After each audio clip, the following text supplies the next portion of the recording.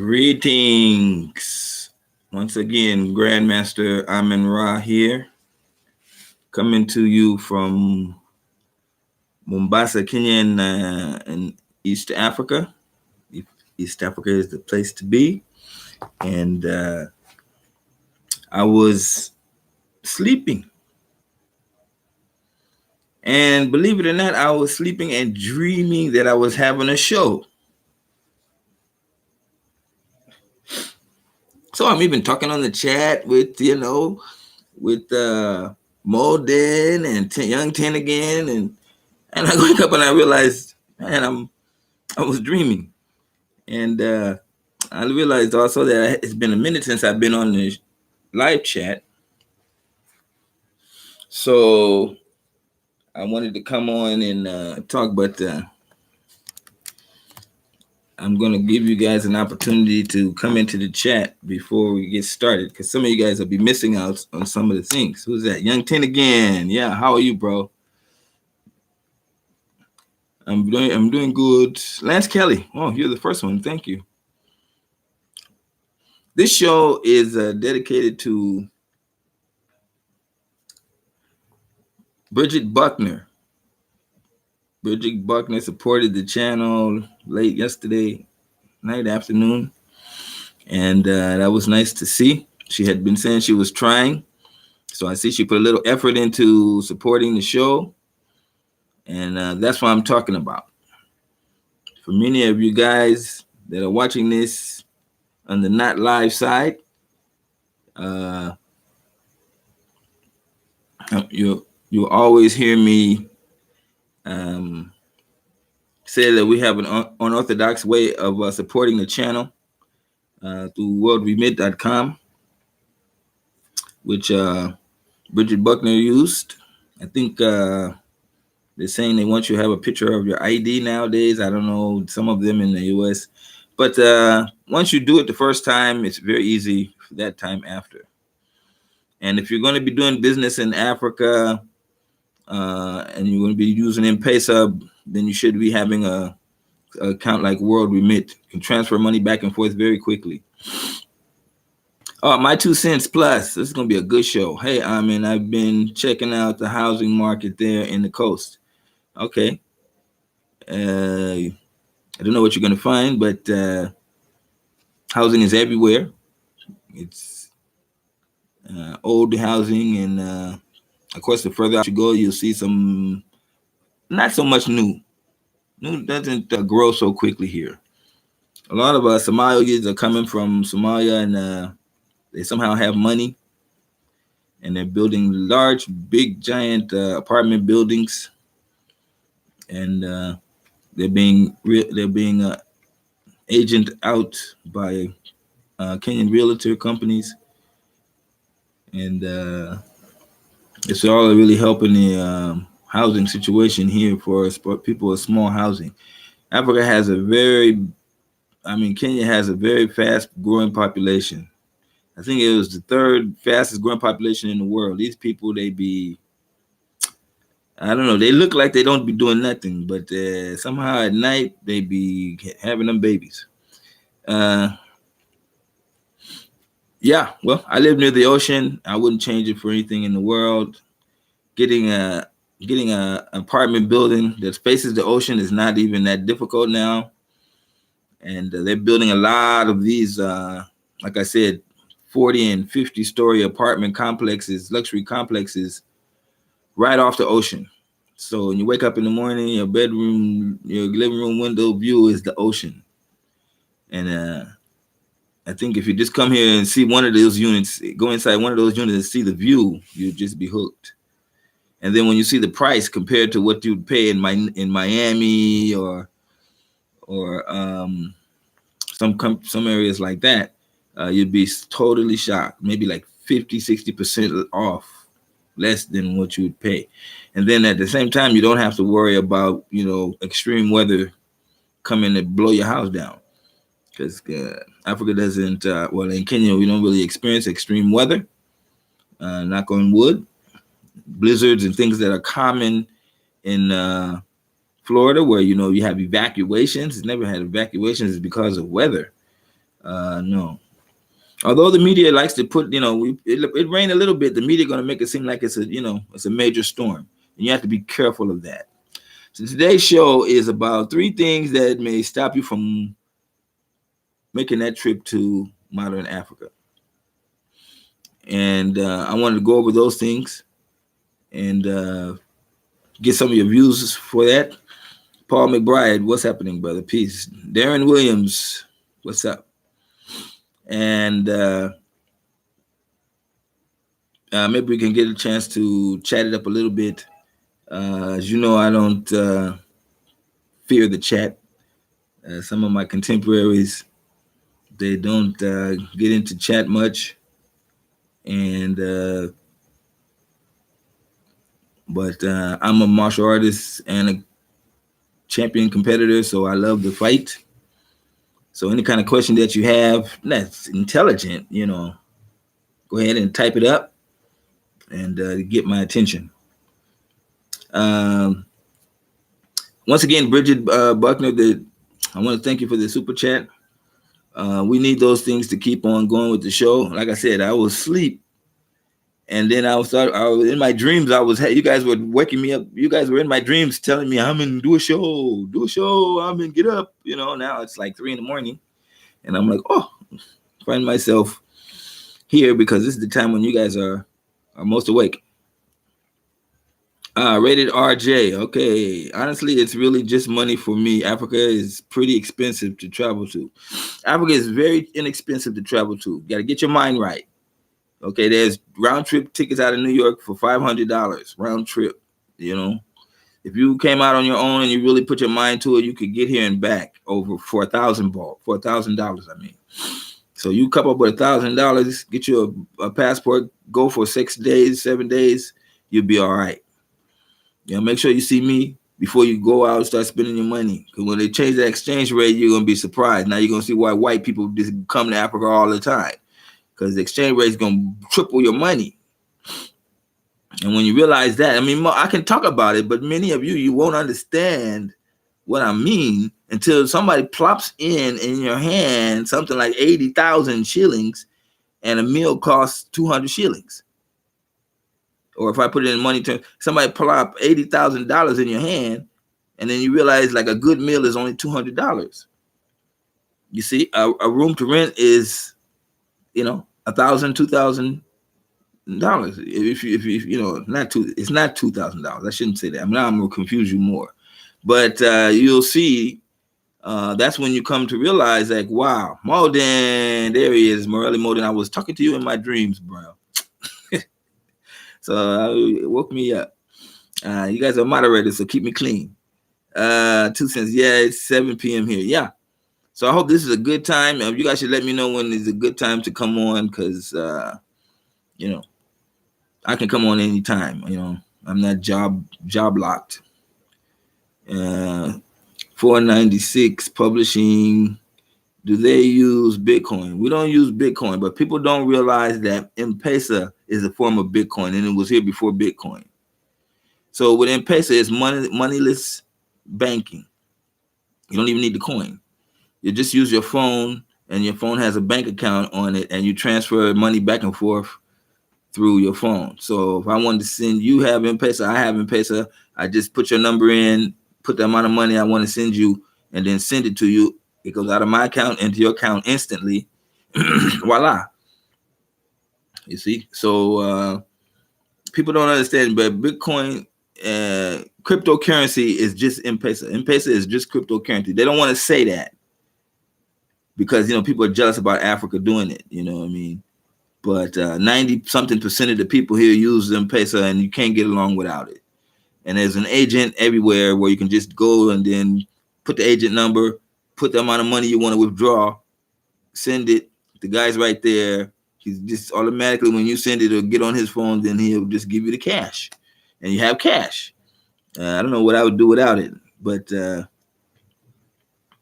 whole purpose of cryptocurrency and Bitcoin was to remove the banks, the need for the banks. And M-Pesa has long since done that. Kenya did a really great thing. Banks are having a struggle right now in Kenya. I was in town and I was saying, like, these banks look like they closed. But the convenience of it is just, far more important. Banks had been blocking us by having to forcing us to transfer money through them so they could take money out of it. But now M-Pesa has changed all that. And it's partly owned by a British company. Let me not lie. But the majority stakes of it and all the businesses, all the jobs and everything are in Kenya and run by Kenyans. And so the stock exchange is one of the biggest stocks, Safaricom. Safaricom owns M-Pesa. In fact, Safaricom is allowing me to talk to you because I'm using the Safaricom line. I moved to the what's that? Yankee West Jimmy Jam. I moved to the U.S. from Africa when I was 13 and have been living here for 20 years. Everything you're saying is right on the money. Yeah, and I don't know if you've traveled back home or not, but you can see like the growth of Africa. It's now switching. So really what you should be doing there is, because if you've seen the racism and everything, you know what it's like. It's just like you live to work. And then you have a menial job that has no future. So really you're going to be like 50 years old and you have no skills. And then when you come home, you don't have no background. You make a CV and there's nothing on the CV because you was in the U.S. doing menial jobs. Money is good, the exchange rate, but you got to learn how to flip that. Don't get so tied up into it. Well, by now you might have family and kids and all of that, but you know what to do. My brother-in-law is in there. He's a Kenyan. He went to America. He got his citizenship, Mungi. And when you're listening, I'm looking at him and he's like, I'm here, and my kid got special needs, and I, this and that, and this and that. I'm like, man, come on. He's making all these reasons or why he can't come, but the actual reason is that his wife don't want to go. She don't want to. Her family will look down on her if she leave America to come back to Africa. Are you out of your mind? That's the old generation of Africans. They still think like that. So she could come back, and she go to the airport, nobody be there to receive her. When she go home to the village and walk in there, mom is and not even ignoring her. How could you go back? All my friends, this is the truth. All my friends, I've told them I have children in the U.S. I'm the pride of the community, and now you come back. Oh, you see, that's this how a lot of African parents see the thing. They think America is that, and they can't think beyond that, and they refuse to think beyond that point. I notice on the internet, they really promote Americans to retire and live in Mexico. And they don't want you to come to Africa. And Mexico ain't your home. So you still walk around Mexico, you're still going to feel funny because you're an alien. It's only when you come to your homeland where you can walk around and you just be feeling like, this is for me. And the beautiful thing about being Black American, we can choose any place we want to be our homeland. But you have to be responsible. That's why I say go to Kenya first. Don't go to Gambia. Don't go to Ghana. Don't go to Nigeria. Go to Kenya first. It's the most balanced place for you to get your feet in the ground, understand how Africa is, see the best of Africa, and then now from there you can go choose another country. Go, you want to go to Gambia and retire and watch palm trees in the wind all day? Fine. So that's up to you. You go to Ghana, you be in Accra, you can't go nowhere else beyond Accra if you want to see tall buildings. That's you. It's upon you. So I currently look for cheaper non-Western alternatives. I didn't get the first part. What countries 8 best for medical tourism? I think he's saying 8 or are best for medical tourism. Anywhere where there's modern Africa you go to, you'll find those kind of things where Doctors Without Borders and all these flying doctors, they are there. You just have to look for it. I'm not into that, so I really don't go into that. But every once in a while I hear about them coming in and doing ear checkups on the kids and stuff like that. I currently look for cheaper non-Western, okay? LMO, what's that mean in Zinga? LMAO, I don't understand that. Black guys are losing their minds with murder, home invasion, and all sorts of craziness. I got to go. A lot of that is the media to scare you. And I don't know how they can do all of that and balance it out to say that you should stay in America. I don't understand that. And that's actually helping us to feel like that's the end case. But really, they believe that most people are house Negroes and they'll just stay in the house or wherever they are. But then at the same time, you have to realize that these television news shows are there to make money. You have to realize this. And they're designed to give the people what information that they want. And everybody loves to beat up on the black guy. So if you can show like black guys are killing each other, it justifies everybody else saying, okay, well, as long as I'm not with them, you see? And, you know, here we are, a black man, the most powerful person in America today. We the one who built the place, is running around having to say, I'm not like that. I'm not like that. No, that's not me. I'm a good black person. You know, I'm good. I'm not the one that do, you know, and that's a sad, sad case. You know what I mean? I don't understand how I can live like that. And then I'm gonna give birth to my kids and then put them in the same situation. It's nothing like that. When I became black conscious, I was hurrying up, changing my name, and hurry up getting out of there because I didn't want my children to grow up in that nonsense. And then there they are, knee deep in it now in their 20s and 30s, and feeling it. Evalyne, where are you? Where are you? Evalyne. I can't keep up with you lately, but I'm here now. Thank you. I was not feeling well for the last couple of days. I was under the weather. I don't know. It was like, I won't say the word, diarrhea. But then when that happens, it happens rarely. And then I just don't eat. And I was just feeling tired and weak. But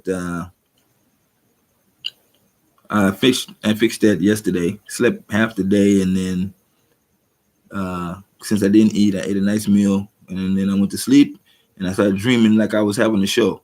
And then, so I got up and said, "Let me go on the show." But I don't know why you can't keep up with me. Why not? You should be here more often. And I always thank you for the super chat. Evalyne is the queen of our channel because she's the one who was the first lady to put in money. Now you got Bridget Buckner. She's also there. So I appreciate the ladies that come on here. And, you know, I'm sort of a sexist. Not sexist. What is it? Mensist? I don't even know how you guys call it in the U.S. But, yeah. Sometimes I'm thinking more towards men. But that's because Africa is like that. You know, it's a man-driven society by far. And, you know, don't get me wrong. The government tried to put 50%. They put in the Constitution 50% of the parliament had to be run by women, and they couldn't get 50% of the women to do it. Women would come, try it, and they were like, "I want to have a baby. I want to be with my family," you know. And women prefer that as opposed to having a stressful life of politics. I mean, let's face it. If some man came to you and said, "Look, all you got to do is sit home, relax, deal with the kids. If you want to have a little small business or whatever, you know, run your business, and I'm gonna support you." And all you gotta do is give me babies and, you know, make sure I get fed and like that.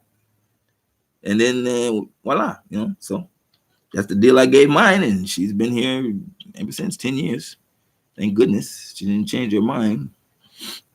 But I know better now because when you start seeing that negative nonsense come in, you have to point it out. They'll deny it at first. Nobody's brainwashing me. But then you start seeing that they do realize it. Books for Moses. Does Kenya have an amusement park like Six Flags? They have Wild Waters in Mombasa, and they have them in. They're not at Magic Mountain stage. They're not at Six Flags stage. Nothing is like that in the world. You know, America had to do that, but even those Six Flags in the U.S., believe it or not, they lose money, and you know, it's just something about somebody throwing you in the air and spinning you around. That's something you don't want to do that every day. You know, after I got on the Colossus, I only had to go on the Colossus one time. Okay, that's the Colossus now. You know, I was done. I wasn't going to be like going there every day. So that kind of amusement park thing to try to bring in people, Africans are not. They're more conservative. They're like, why would I get on something that's going to make me go up? You know.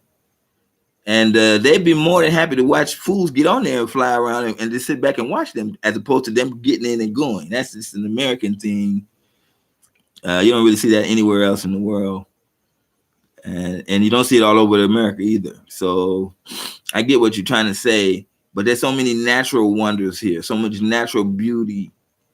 If you can appreciate that, you know, like going to Victoria Falls or, you know, Masai Mara or Mount Kenya or Mount Kilimanjaro or the Savo Plains. It's just too much beauty naturally to that people can appreciate than getting on a ride and being spent all around.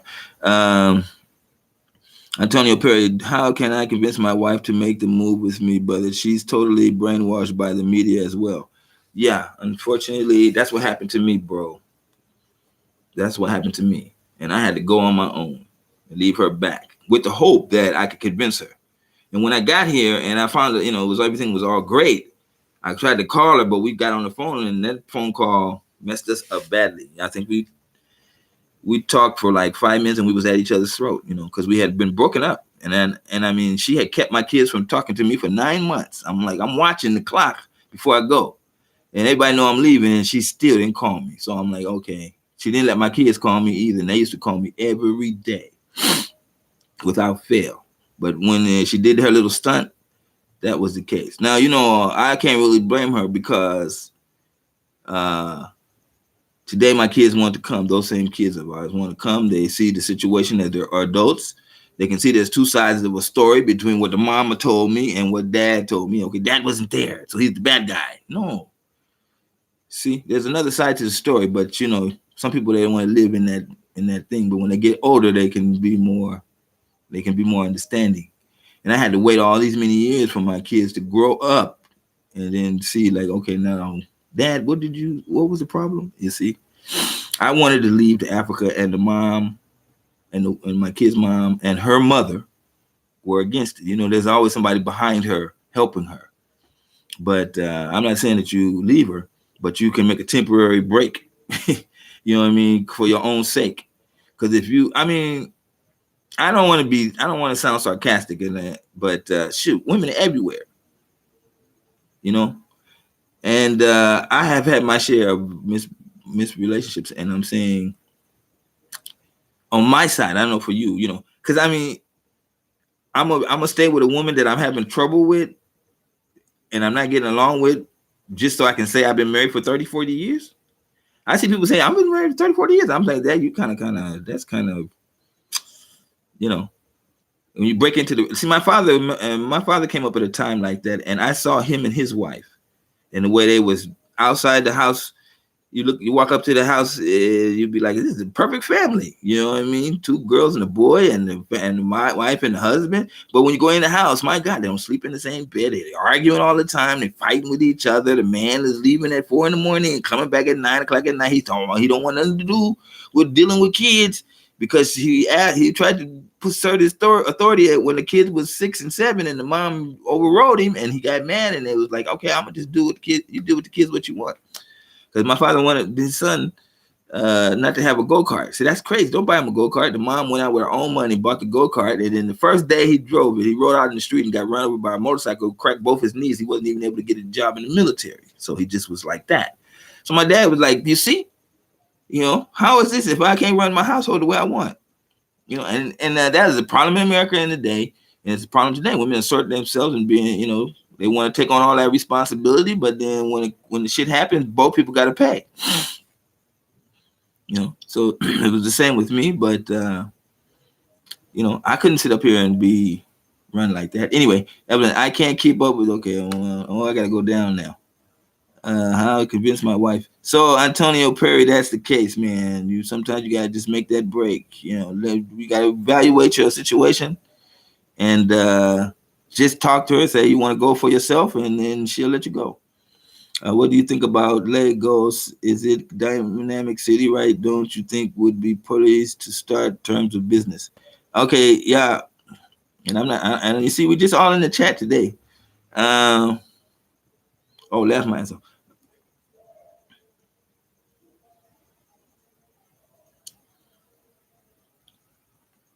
Okay, because I'm not even gonna have a show, huh? Dollar Bill, hey, what's up, man?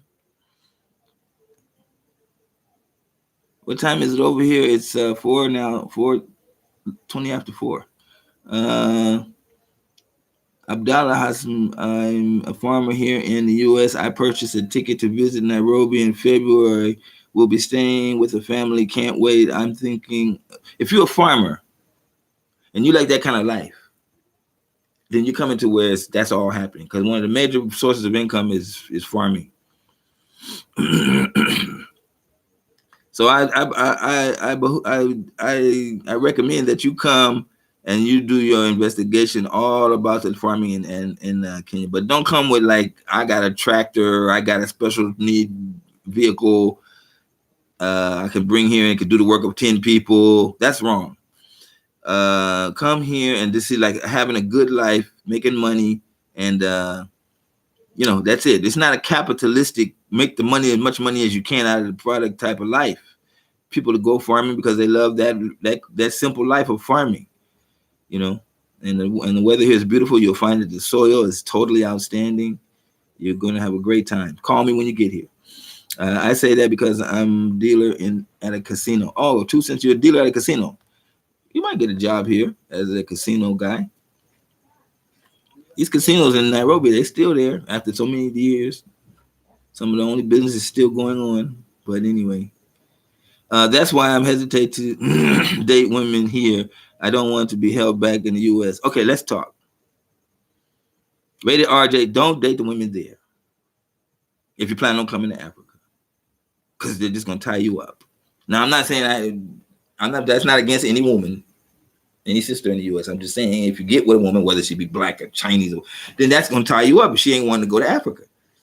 And I'm telling you, when you get here, you're going to find that there's like a tree full of fruit that you can pick from. One of the things that happen with most black guys, I'm telling you, most of you guys that come here, you younger guys, you come here and then you get a woman so quickly and then you want to marry her because you see like she's the best woman ever and you're holding on to her and you're trying to show her that you're a good man. And then that's a natural thing for us brothers. But she already know that if she picked you, this is Africa. So don't do that. I would say take your time, meet so many women. The same thing. When you come here, don't be in a rush. And you'll find that there's so many beautiful women. What you can do in the U.S. is write down all the attributes on a piece of paper, all the attributes you want in a great woman. And when you come to Africa, she'll appear. I tell you, that's the facts. I've seen you guys hear that stuff on TV, but that shit is true. I was having trouble with women all my life. And then when I wrote down all the attributes I wanted, damn, less than a month, there she was, Eva. Pow. You see? And, been great ever since. I say that because, okay. Nzinga, everybody's brainwashed. Okay, yeah, everybody is true. And that's number one on my list of things that may stop you. You have a lack of understanding of the connection between your personal situation and the system that you live in, that you're involved in. So I'm saying to you that you're in your own personal situation, your life, your bills, those things you keep private, how much money you got in your wallet, how much you owe, all these private things, you keep it to yourself. And then you try to figure it out and deal with it the best you can. And the bottom line is that the system is designed to take your free money and get it into debt and turn it into debt. So this is why you have credit cards. This is why you have loans. This is why you go outside everywhere you go, loan, buy a car loan, this loan, that loan. Everybody's trying to pull you in debt, and then they just hold on to you and squeeze you, forcing you to work. Now, this is the American system. This American system is run not only for blacks, it's run for everybody. Everybody's in the American system. White people also, they get caught in that thing, but then they get tied in. But the only problem is where whites have like, what is it? $112 to run around with and pay bills. Blacks only have $1. So here you go, the problem. You see, because economic oppression on the other side of it, we are ones having the worst time trying to make it in America because we have to go on far less. Now, why do we have less money? It's because of economic racism, and you have to get the connection between economic racism and your present situation. They're doing this, and we are falling for it. So I'm in when you come to Africa, well, how is it there? How is the job market? How is it? How would I live in? You won't have a capitalistic society, so it doesn't mean like you got to have the latest screen TV, you got to dress really nice, and then you got to have the latest design so people can see you when you walk outside. It's not like that here. People are just normal. You know, a new pair of shoes is just a new pair of shoes. You know, so you don't have that issue of the pressure of trying to keep up. That's the one thing in the capitalistic system. People don't judge you by the way you live. You know, how you see right now, you guys are looking at my house and like, oh, that guy got writing on the wall. You know, my kids are just kids. You know, they write on the wall. What can we do? But you're looking at the curtain. Oh, that look like it's like, you know, this and that. What's that wire? You see, you're looking at all those things trying to figure out how I live. But you see, look at me. I'm happy. I don't have no pressure. I don't have no bills like, you know, I don't have no debt bills. You get what I'm saying? And I really live this African life so that I'm balanced my budget on a balanced budget, not on a balanced debt budget. And so some of you now, you say, how can I get along? Because you're not educated. You don't see the connection. Get angry, get pissed off. See the situation for what it is. They're constantly going to pull you in debt. As soon as you get out there and get a little money free, here comes somebody driving up with a brand new car that they want to sell you. So you have to be able to get past that.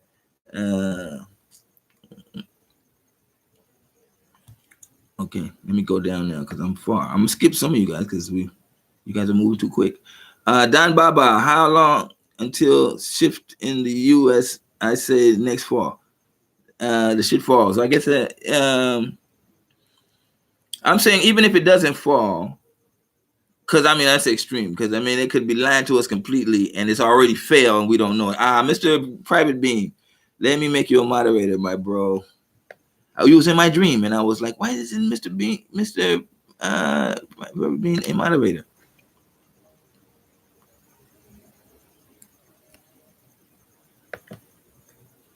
Soup.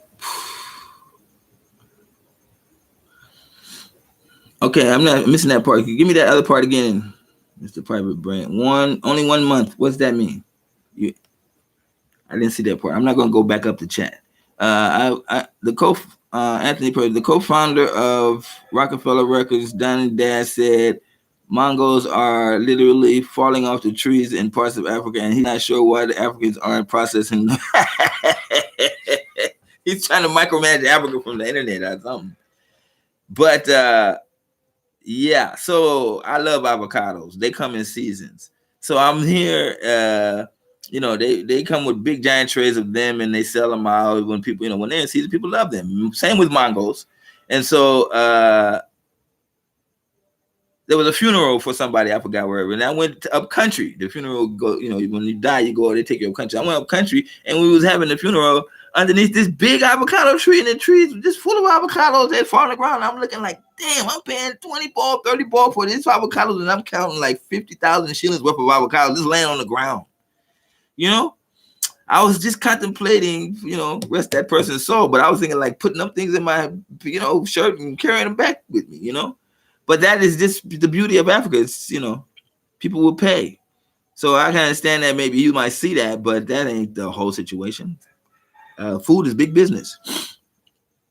Mustafa, the Muslim man, Grandmaster, assalamu alaikum. Assalamu alaikum. Hope you are and your family are doing well. Yeah, I'm doing well. I was under the weather a bit, but I'm okay now. Only 1 month to find a woman. No, you only need a few days to find a woman. Trust me, Mr. Private Being. She'll be there. She'll be at the airport. You just see it. You see, okay. I don't know if you guys can hear me. Are you guys can hear me okay? Because I'm going to just say this. Yeah.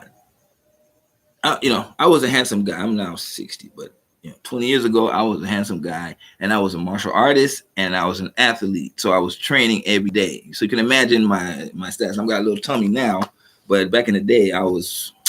And so every woman, African woman I saw, if I wanted to do Mac Daddy on her, she'd be mine. You know? And that was the case because I tried a few times. And every time I dealt with one, it was like the first one, I dealt with her a little bit. She might like, oh, don't talk to me. And then the next thing you know, she's there. Oh, by the way, you see it, then you know, and that was one of the problems I had because I was just taking any chick that was there rather than, you know, looking at the attributes of the chick, what family background she had, So here is a girl I met, mother of one of my kids, and she was living in her own apartment, and she was 18, and she said, "Oh, my mom burnt all my clothes." She was a rebel, and because her mom wanted to be a church woman, and she wanted to be the high fashion, and they had a big fight. They put her out of the house, got her apartment, and burnt all her clothes. So I should have saw the symptoms, but I didn't see. I saw with the body, and I was like, "Damn!" And then she had her own place, and I was like, "Wow," But if I had it all over to do again, so it's like that. I mean, they're just everywhere. Yeah, if you love avocado, when they're in season here, they're everywhere. Guys walk around with a big giant cart just full of avocados. You find them everywhere, and they're in season. And the same with mangoes. Africa has got a lot of fruit, man. You can get into the food business, you can make it. Imagine now that guy that got the big giant thing of avocados. He must have something like 400-500 avocados on this giant cart, and he's selling them at 30 shillings each. And he just has to walk around all day long with the cart, or leave it parked somewhere where people are passing by and poop. He makes a lot of money. You see what I'm saying? Depending on where he got the avocados from. So, Eric, Don Baba, yes, sir, please follow this channel. He is stating big facts. Channel keep chat pics. Yeah. Okay. So yeah, Mr. Private Ben. Yeah. So you see, that's the case. Now, I was 50 when I settled down. After I had messed up all of those many times to have a family and start all over again.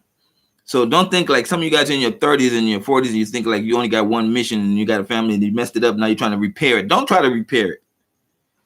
You see what I'm saying? Get fresh and start new.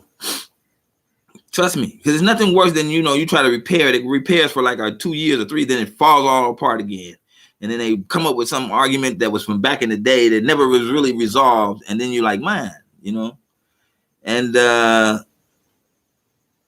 yeah. So I'm saying if you have a lot of pressure on you with relationships, when you get an African woman, it's just a basic thing. We're together, we're going to have children, we're going to have a family, and that's it.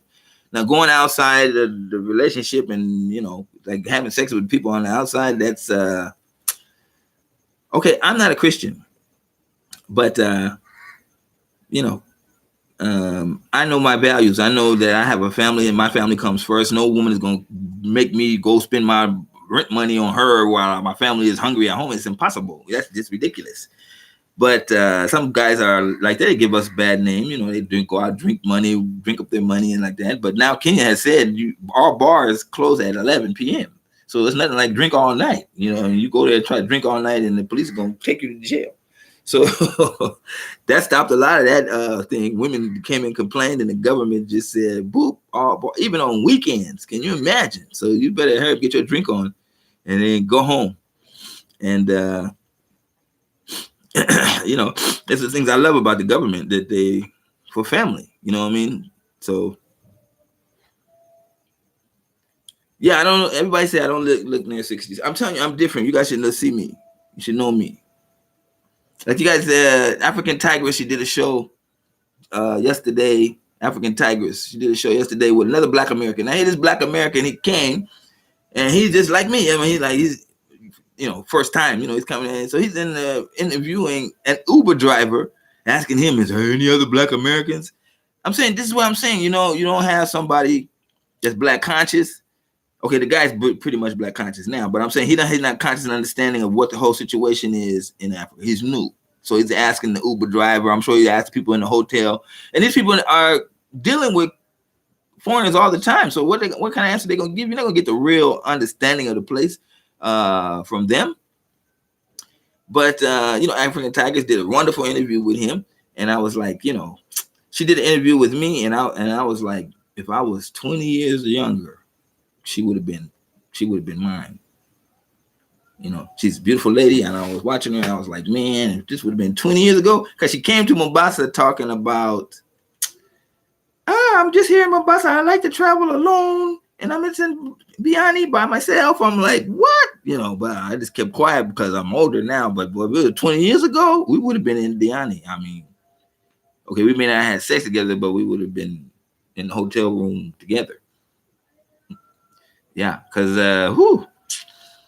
so yeah, I'm 60. I'm beyond that point now, but those are the kind of things that those are the kind of things that happen. Now, yeah, don't get mad at me because I'm not trying to be race sexist or anything like that. But I mean, come on. I mean, someone like African Tigress. Hi. She's there. She did a video in a pantsuit. She was wearing pants and a shirt. She got 20 views. Then she did another video in a bikini and 5,000 views. You see, so they know what they're doing. They know what they're doing. We don't talk about it, but it's out there. Same thing with African Superstar. I watch her videos too. We're like in competition, but we don't talk about it. But they're at my level, so I try to keep up with them. I know they do the same for me, but I mean, we're trying to look and see like, okay, who's gonna blow up? But African Superstar, you turn on her video and then when she comes on, she's like, "Hello, African family," and I'll be like, she got her hair all which way, what you see, and you'd be like, what? Then another time you come on and she got the most beautiful makeup on. Wow, hello, African family. Today I want to talk to you about my ex-husband. Oh, so they know what they're doing. See, African Superstar, she know everything. Have you noticed her videos? Hi, African Superstar. Hi, Jenny. How are you? She always there on the bed. You see that, like the bed in the background. It's like a subliminal message, and that's what's making them get all those views. I can't do that on my side. I'm just a guy. But using sexuality somehow is there. And when you young men come here, you'll find that there's a lot of it under the ground. I mean, kids, they don't hold hands in public. They're not like, lovey-dovey. But somehow around 2, 3 in the morning, these people be messing around. Because how you going to have the third highest birth rate in the world? And and you acting like you don't do nothing. Just jokes. Hello, brother. I'm from Ghana, live in the UK. Okay, Jamal Blights, how are you? Welcome to the channel. Don Baba, next year will be an interesting year. I would recommend people make plans for 2020. Definitely be having a trip in 2020. We're developing it now. April 2020 for those people that want to come to Africa as a group. And that brings me to my second reason why, second thing that will stop you. The second thing that will stop you from coming to Africa is the fear of the unknown. The fear of the unknown. A lot of you guys that don't know what's going on in Africa, you hear all of these back and forth, different things, and you're not sure. And there are two types of people in the world. I've read this many times. There are two types of people in the world. There's those people that run towards pleasure, and those people that run away from pain.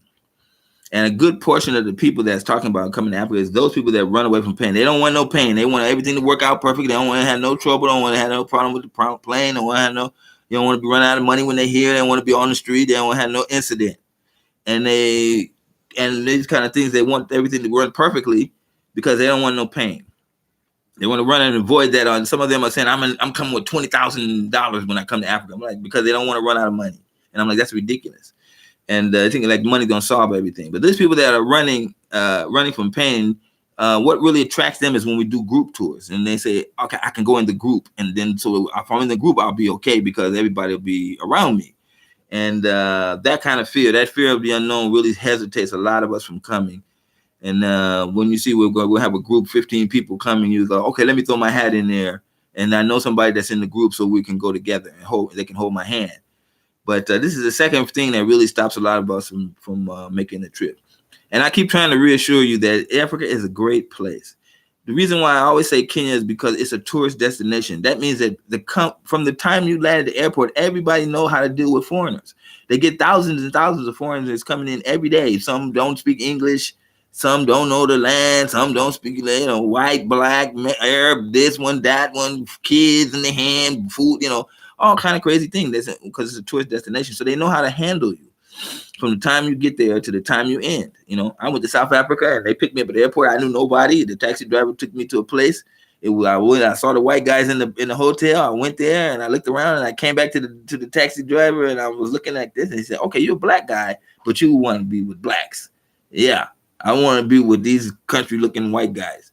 And he was like, okay, let me take you to where they are. And then he took me, and I was like in heaven, all black area, black hotel. It was great. So being part of getting part of coming to a tourist destination make it very easy for you. So I can't reiterate that enough. Come to Africa, it's very easy and simple. You won't have any problems. I'm gonna be here, so I'm gonna be here, so you won't have to. If you have some major problem, I'll be here to assist you. Dr. Moonbay said Kenya has a shrinking population. Yeah, rated RJ, joking. What else can they not say? They can always say like that. They're going to say that they're taking women and putting them on the pill and all this, Then the rate of birth is not like it was when I first came here. It was off the chain. But definitely the population is growing. I work at a primary school, and I see the growth every year, growing numbers. So, they might try that, but it's really not going to. It's like a non-issue, you know what I mean? Now, who gonna count all these births? You get what I'm saying? So it's just a story. And you have to be very careful about watching these stories. The media is there to make news, sensationalize news, so you can read it. It don't have to be true. It can only just be like a bit of it is true, and then they can just get you. So you have to stop watching these things. You have to learn to realize that these things are just fake. Africa is just there, and all this splendor and glory. You go, what that got to do with me and my family? You see, that's what you'd be saying. I sit in the house, and that's it. It's just dealing with your family, not what happened to the politicians and climate control. It ain't raining here, or climate control and all blizzard and mass murders are running around. And what is that's just news. News is the same in Africa as it is in the U.S. So don't think like you're gonna come here, get the news from the U.S., get the African news, and that's gonna be the truth. It's not. It's the same. Exact same thing they copy from the U.S. model. So I don't even watch the news, like I said, nowadays because it's jokes. And after I got off of it for like a week, I realized it was just messing me up. That's when you realize it. Go off of the news for a week. And then you'll be feeling like, oh, I'm missing something. But you ain't missing nothing, because none of that stuff really affects your daily life. What they put on the news. They the ones who choose the stories. And you think that because the news choose the story, they must be that must be the best story. No, there's a lot of things that they're lying to you about and keeping from you.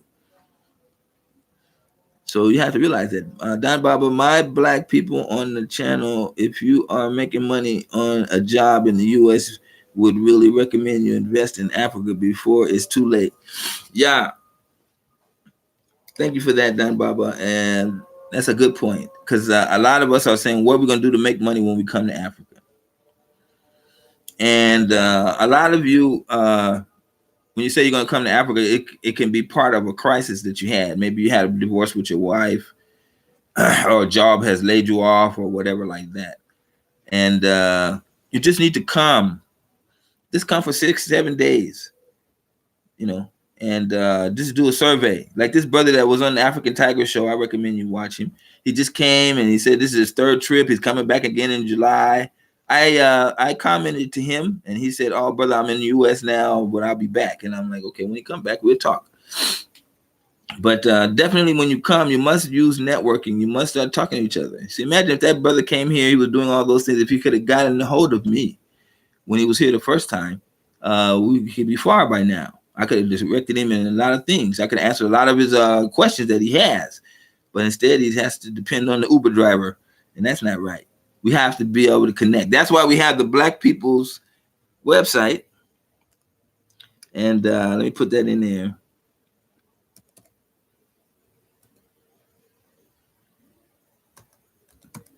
You guys supported the channel.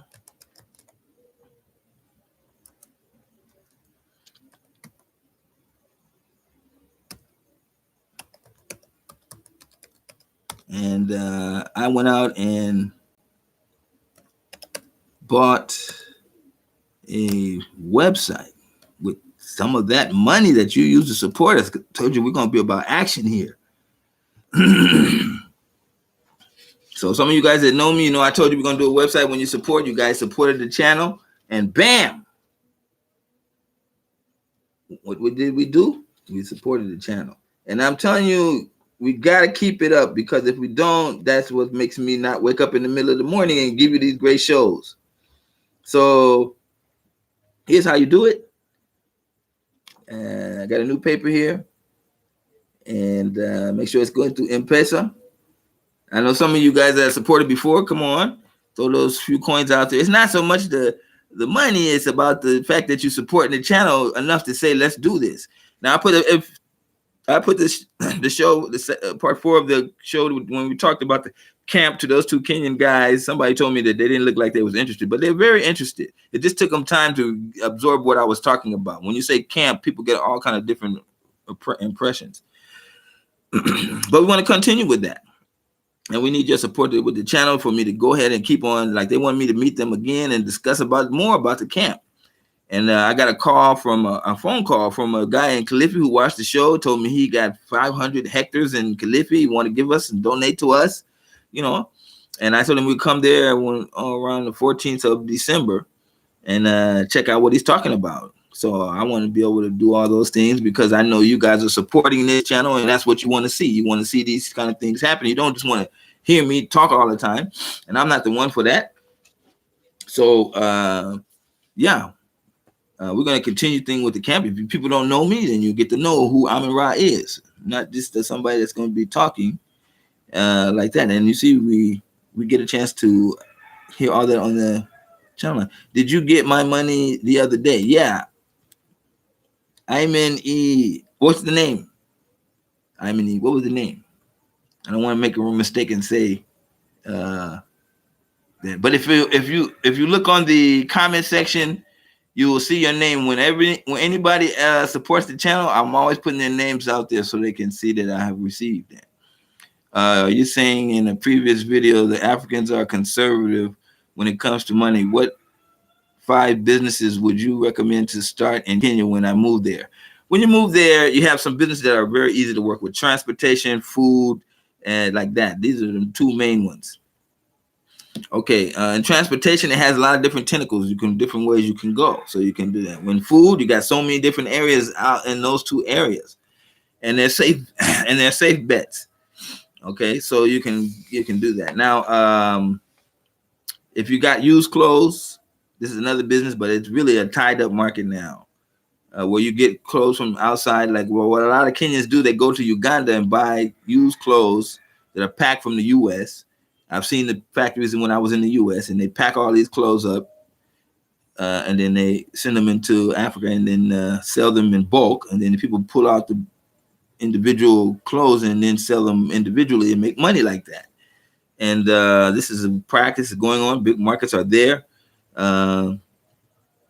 Yeah. So, you know, what you're talking about, buying and selling, and everywhere there's an opportunity to buy and sell things is there. So that's why I said another reason why you come to Kenya, because the IT section is booming. They know how to make money in IT. Most of my money comes working in IT. So if you go like the Gambia, they had the show on there where they were showing an IT center that somebody built with money from outside. And I'm telling you, it's gonna stay like that, because if you got 90% agribusiness, and what kind of videos are they gonna be watching? I mean, what type of content can be on those computers that people gonna need? You see, so they got a long way to go. I can understand where they come from, young guys, but this is why you have my channel, so I can give you the reality of the situation. You don't waste your money. What would be a reasonable amount of money to bring? 20K, not necessary. No, 20K is too much money. You're just gonna lose it. You're gonna lose your mind. You know what I mean? All your fantasies will come true. You'll be like, how can I have sex with 5 women at a time? Wow, they're gonna see that $20,000, and boy, you'll be in the hotel room living it up. Yeah, wow. Don't come with a lot of money, because you're gonna be sorry. And don't tell me I don't know what I'm talking about. They're not gonna get me. That's impossible. I mean, that's impossible. These Kenyan women are just off the chain. I mean, African women in general, they know how to get their man. I'm telling you, I can tell you stories, but this is not the show for that. So I would say you need 5,000 if you're coming for 10 days like that. It's way more than what you need. What if you move there, but you only have $100 US? Here, you see me, I can make you, you can survive, but you'll be surviving. You won't be liking the way you'll survive, but you can survive easily with $10,000 shillings. Let's can I put this in perspective? I'm here at this channel. I'm not monetized, and I don't want to get really monetized into it. I want to make it like I always like straight. You support the channel, we give you something. You see, straight. But when they monetize the channel, like let's say, I don't know if you guys know what's that girl's name, Tootsie. She's a Kenyan blogger. She's one of the news. She just does all her blogs using her phone. And the reason she got on the show, and she said that she started getting money from YouTube, and they asked her to say how much she was making. She broke down and told us. So she said, on average, she make 100,000 Kenyan shillings a month. Okay, so it gets that in perspective. So every month she gets like 100,000 shillings from YouTube for doing these videos. Now me, I'm here, and I'm saying support the channel, and maybe at the end of the day, 2 of you support the channel for 2,000 shillings or 1,500 shillings. So there's a big, vast difference, and all she's doing is showing you, the airport, showing you she's flying around to different countries. She's even taking her dad. That's good, because she got money. But for those people that are talking about my people in the U.S. who are tired of the situation in the U.S. and want to think about coming to modern Africa, this show is more like in that term, more in that light. This is the exact show. Tell us the stories, Mr. Private Bean. This is the show for that. Huh? What was it? I forgot what I was saying. Anyway, can you still teach with what's this TEFL? Explain that. What that means? 20,000 to stay, not round trip.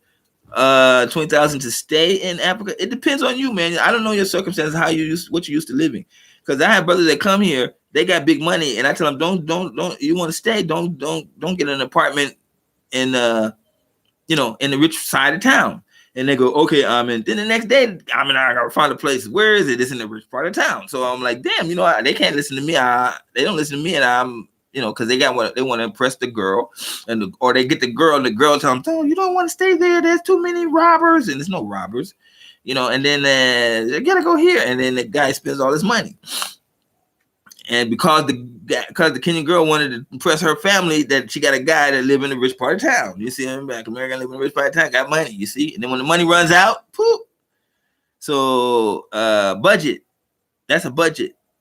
20,000 is a lot of money. It can survive you for a year in Kenya, but by that time, you should have something to continue to make you money. Do you recommend secular employment in Nairobi or being an entrepreneur? Entrepreneur is not what you think. Many people are just say that they're entrepreneurs, but really what they are just people that got a skill, and they make something, and then they try to figure out a way that they can sell it, and that doesn't really make you an entrepreneur. So I see a lot of these guys kind of try to do that, but they don't have those marketing skills. They don't know how to close a sale, so you got a long process. That then so you get into the marketing, so you get into the entrepreneurial side, you got to sell. So you're gonna have to talk your game, and you're gonna have to close that deal, and you're gonna make that money. And when you do that, you're gonna find you're gonna find yourself in a world of a whole lot of people that's doing the same thing you're doing, and it's a wonderful thing. You can do it. You can survive. The Queen has talked. Evalyne says, I hate that Africans are influenced by the West as to what type of clothes to wear. Africa has its own style and it's beautiful. All around the world, there's a basic dress code, westernized dress code, all around the world. So don't get blaming Africa because people wear pants and things like that. There's a lot of clothes. Conservative Africans, they just wear pants. They don't have no, I can't, in fact, I gotta buy some pants. But no, I wouldn't trip off of that, because I have had some guys come here like African Tigress. Now, African Tigress, no, not African Tigress, African Superstar. She came to Kenya for the first time wearing Maasai makeup and dress code. She looked like a fool. Not a fool, but she looked out of step. You know, she looked like, who? You know, she was just too eccentric. You know what I mean? Rather than wear just normal clothes. And you fit right in. But she was wearing all kind of jewelry like Maasai, and you know, people, it was a conversational piece, but you know, African clothes in Kenya is like odd. You know what I mean? I got a few shirts like that, and I stand out when I wear them. But when I wear the regular Western clothes, it's no problem. And that's the same the Chinese wear when they here, the Arabs wear, you know. It's just like a business attire that's a standard. So I didn't make it, but I just follow it so I don't have to be stared at. This is actually tell us the story. Can you still teach you 20? Abdul, can you recommend? Yeah, when I hate, okay. Let me go down. Where are we at? 1 hour. Ooh. Ooh, you guys are killing me. Mustafa, man, what's the difference between Ethiopia and Kenya? Both of the Chinese are investing in those countries. Have you been to Ethiopia? It seems East Africa is booming more than West Africa. East Africa is the place, bro. The number one economy, fastest growing economy in the world was Ethiopia. Those guys are trying to get their act right, you know what I mean? But that's because they're trying to compete with Kenya. You see? Because Kenya got the 3 top countries with the most illiterate and smart people, college educated people. There's there's Egypt, Kenya, and I think Nigeria. I don't know if it's Nigeria, but anyway. But we got the most educated people, and companies all around the world want to go where there's educated people, and they come to this market. But Ethiopia is not like that. They're trying to change. That's the bottom line. What does half an acre cost in the area you want to build in? I'm not so privy on but it's cheap. I mean, you know, it's something like less than 30,000 to 100,000, depending on the area. East and South are the fastest growing economies in Africa, and I don't know why they want you to go to West Africa, Ghana, and these places. I don't know why. Why are you going to promote Gambia as a country, and it's the smallest country in Africa? You don't know how many problems you're gonna have with that. Africa for the Black Africans, yeah. As long as there is an internet, can you make money anywhere on the planet? Yeah, it's very true. I'm making money. Yeah, it's very true. Support the channel and see how you can make money in Africa using the internet. People complain that I'm having these shows that are too long, but I'm saying you guys in the chat room, it's just about you right now. And so when somebody comes to see this show later on, they're not understanding that what's going on between us right now. Clement King Jin Amin Ra is a point about everything. Is he talking about real conscious brother? I appreciate that. Blessings to you. Thank you. Evalyne, every time you send a message, you know I had to stop and make sure I read it. You said they're sending used clothes to Uganda. To me, that's an influence. I don't know what you mean by influence. Don't get hung up on that, my sister. It was there 40 years ago. This whole business. I don't know if you're in Los Angeles, you can go to the back areas and you'll find these big factories where they collect all these used clothes that you guys throw away in America, and they pack them up and they send them to places like Africa. And then they sell them to the people here. You know, like this is my shirt. This shirt is about 10 years old. This is one of my favorite shirts. I've been having this for 10 years. It's got a very special material. It doesn't fade. It breathes so nicely. I love this shirt. And where did I get it? Matumbo. So I wouldn't even knock it. Because damn, the prices of regular brand new shirts in Africa is ridiculous. And you get too many good clothes here. When you come, Evalyne, we're going to hold hands and we're going to walk down to the market and you're going to see the industry. And not even just the place. It's going to be an industry of this used clothes selling and everything. And then you tell me from what you think when we do that. Okay, we don't have to hold hands if you don't want to. What's going on with Rwanda? Rwanda is small. Here you go another place, you know. They're not talking at all, oh, Rwanda's a great country, it's the cleanest city, but it's a small place. You know what I mean? It ain't no Wakanda. It's a small place. Small country and one city. They're going to try to pump it up like they got different cities. No, don't be fooled.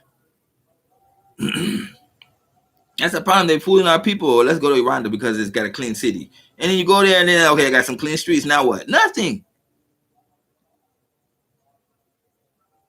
Don Baba, Senegal is a place to go in the West, not just Kenya is a good place for Africa. Okay, you see, it's okay. Go to Senegal. I'm just saying, if you, on my side, after I visited all these countries, I see like Kenya is a good destination for your first trip. That's all I'm saying. Keep talking, learning a lot. Ashley, Lauren, there's one of my supporters. How are you? I will keep talking only because you told me. What is the cost of developing an idea, manufacturing products, ideas in Kenya when compared to the places like China and others? The manufacturing situation in Kenya and Africa is changing. You're going to start getting a lot of that. When the African Free Trade Agreement kicks in July 2020, you're going to see a lot of manufacturing bases pop up. And that's what's coming. So when they all telling you about the port going to be taken over and all these other nonsensical articles, they're not going to talk to you about the African Free Trade Agreement area because it means so much. It means going to drop the borders for African countries to do business. You can go from one country to another, do business freely. That's going to be a big game changer, and it's coming. Rent and electricity and labor is cheap in Ethiopia. It's cheap in that. Nasa is cheap in Kenya too, compared to when you use the exchange rate money. I'm looking into the future. What type of businesses will Kenyans need in financial services, investing advice, financial planning, 401k? Another reason why I like Kenya is because they got insurance companies here, big ones. People have money and they want to learn, and they sell insurance and they, get their money. There's a lot of insurance schemes going around because of the growing middle class in Kenya. So I'm not been privy into that deeply. Maybe we get some support. I'll be glad to get in there and find out all the great details. I always wanted to go to that building and look around the inside. Great African, have you been to West Africa? I've not been to West Africa. I've never been to West Africa, but I did extensive research on Ghana about 6-7 years ago. And it was like I was there. I interviewed people that came to Kenya and told me all about it. I do the research on there. I go through a lot of the videos that they have, go through the maps. That's why I found out that Accra is the only city. The rest of the cities are less than 100,000 population. That's not a city. You're joking. You're just talking about small towns. So when you go to Accra, you see, okay, this is nice. It's got nice buildings and everything, but that's it. After like 3 streets, that's it. That's it.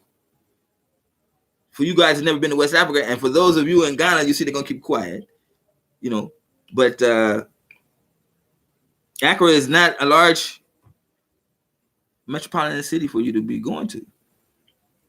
Talking about doing business. When you get there, you're going to realize, damn, this is it. That ain't no business I'm be doing. Then you're going to have to go look at the fruit and be in agribusiness.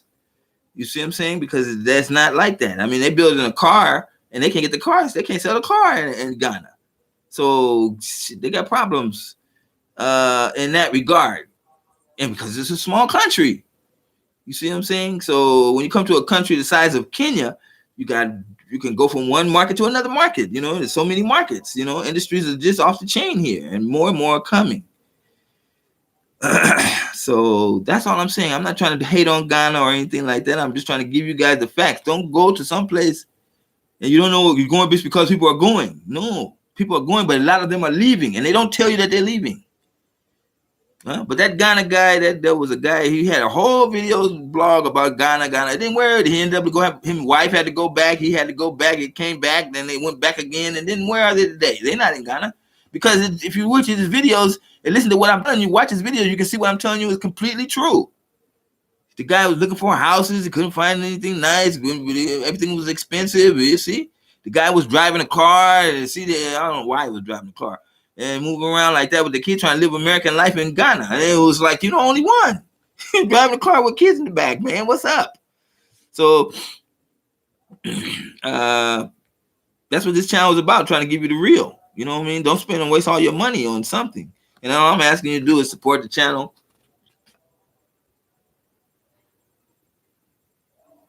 And say like, okay, I'm in damn, and what you're saying, that's good. Yeah. I'm saying I'm an old guy now. My memory is not as sharp as it used to be. But while I have a little bit of memory left, I'm here 5 o'clock in the morning with you guys answering your questions and then giving you the real. You know where you're going to get that. You see, I'm one of you, unless you guys think I'm a Kenyan. I mean, how many people think I'm a Kenyan? Ask me a Black American question. I'm ready, and I'm going to give you the right answer. Yeah. Most African Americans are emotionally connected to West Africa. It's because you've been brainwashed. So they're gonna tell you that the only place that got slave quarters is in West Africa. Come on, they got them right here in East Africa, right here down the street. Mombasa got one right here, like in town. So don't tell me Fort Jesus is just there. I got pictures with me at Fort Jesus. Yeah, the Africans were here just like, I mean, enslaved here just the same way where they were in West Africa. Only the difference is many of them here were Arabs. Leaving, they don't say that. Yeah, they don't say when how many people are leaving. The same way they don't tell you how many Africans leave in the United States. I asked and tried to get that from the government. They say they don't keep those records. You see, why wouldn't they keep those records?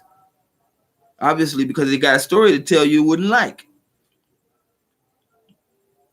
So don't tell me white Kenyans don't like the Nigerians. It is tribal thing somewhat.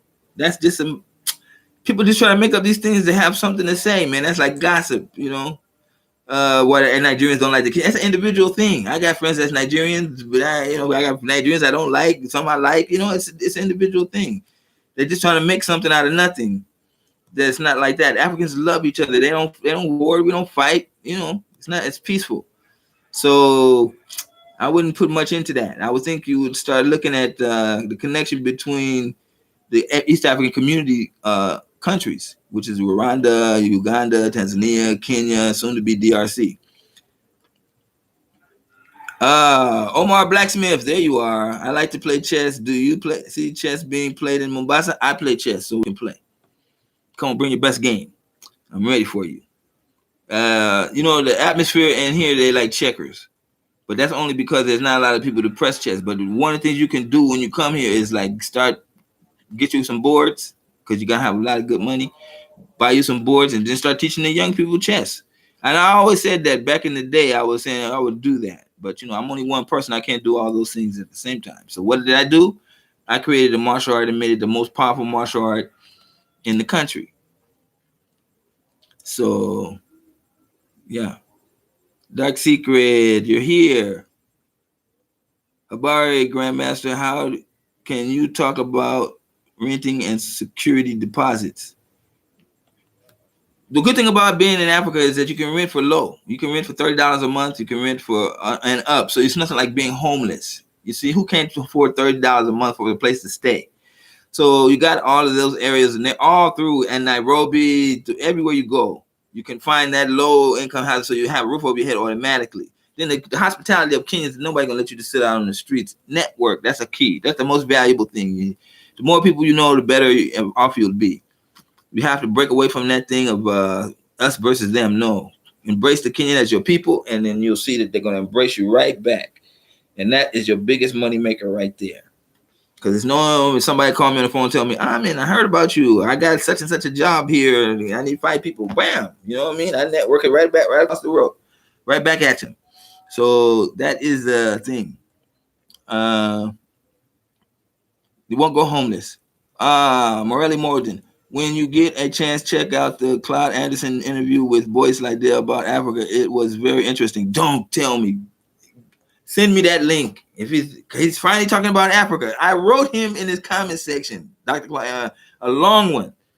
So if it's like 3 days after the one I had wrote him, yes, he need that. That's for me, because I'm the one who wrote him and told him that. You told him what's up. I told him, you know, you talk too bad about Africa and it's a booming economy. How you gonna not put Africa in your sights?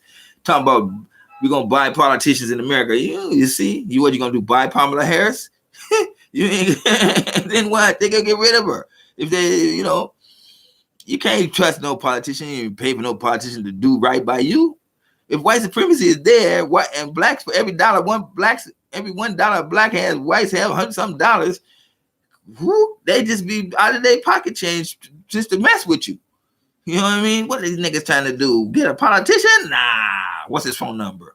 You know, and then, you know, he been bought by somebody else. So that's the whole purpose of stay in America. That's his whole thing. Stay in America, come together. Stay in America, come together. You can't stay in a racist country. You can't be together as a minority. Everybody's trying to survive. So you see, somebody tell you shoot your brother for $50,000, you there. Bam, bam. You see? And that's like we live. That's where they got us in America. See? You just don't see it. That's why I say you must get the connection. You must have an understanding of the connection between your personal situation and the system.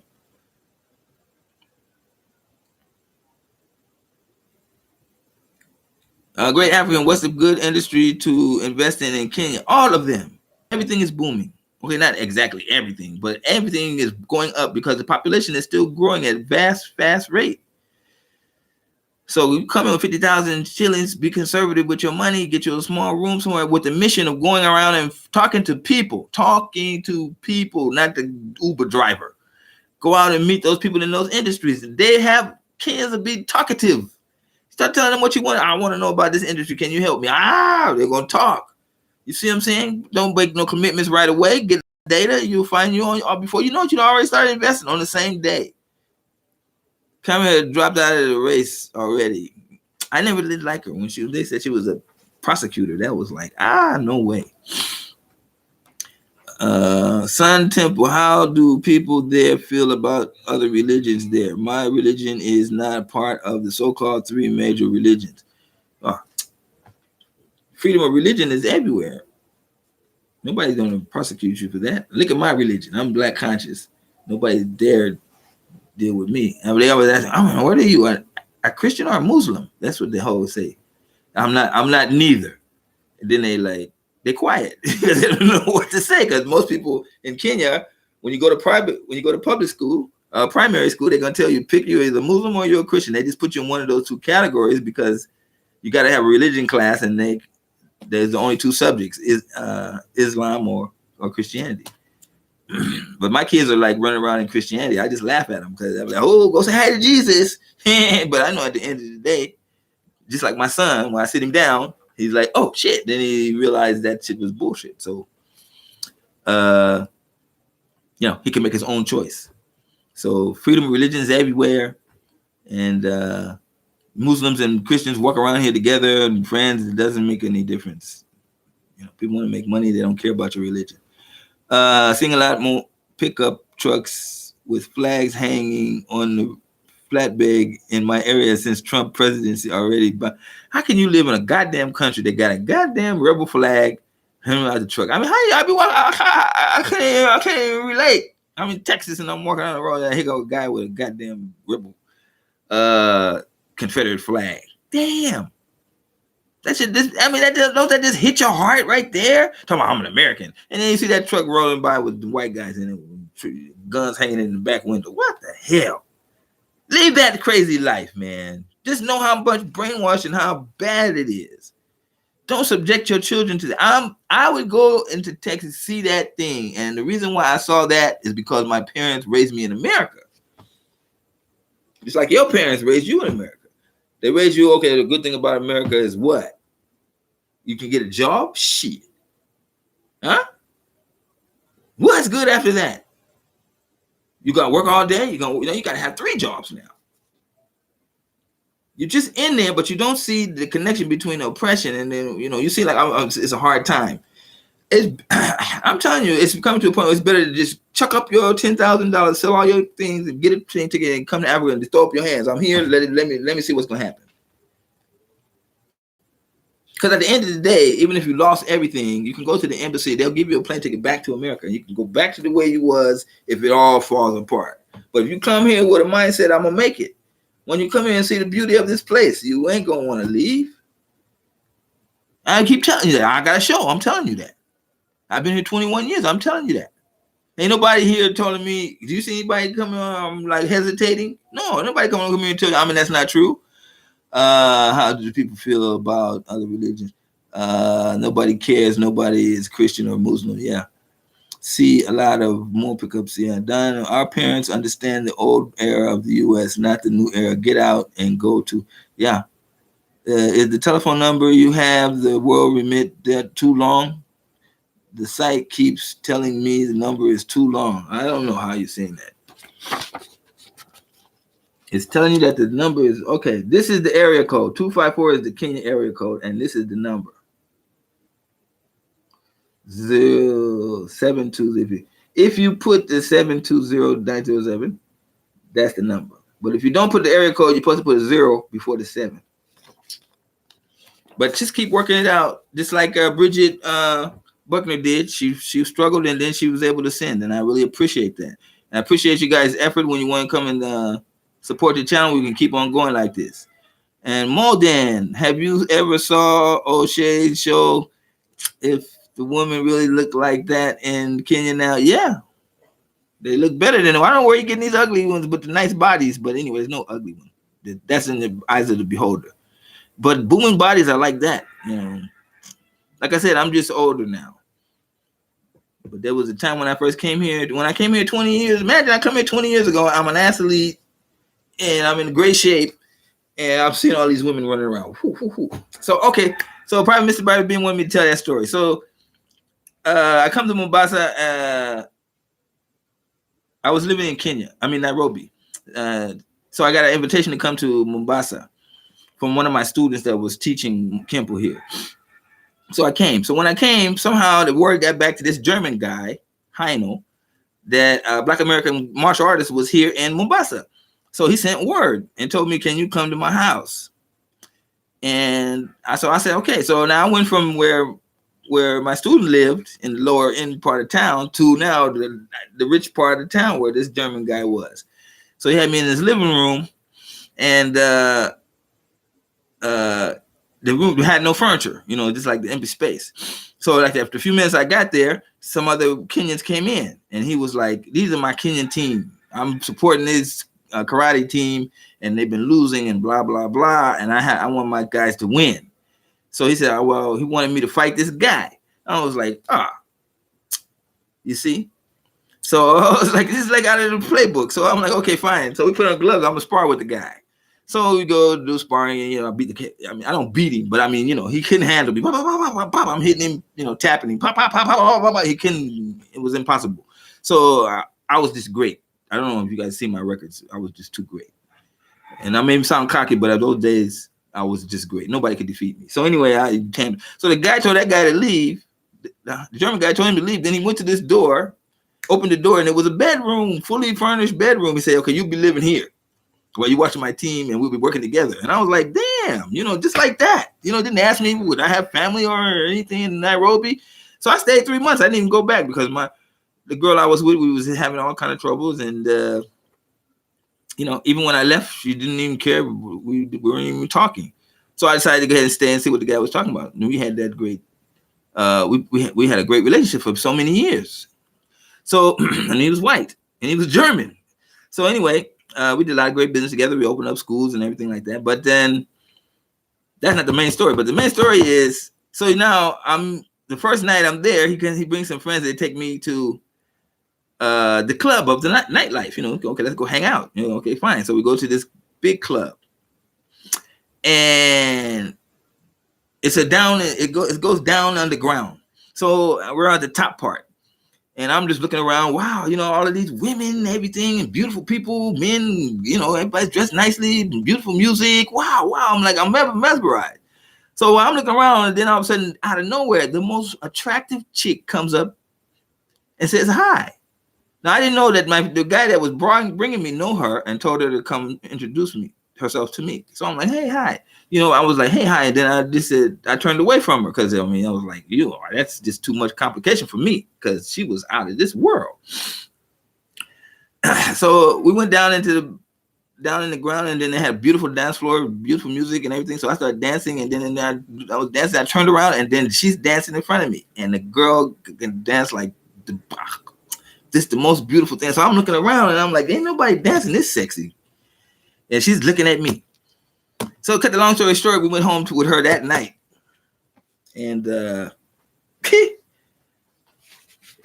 won't leave you to your imagination, but just like that quick, boop, boop, boop, you know.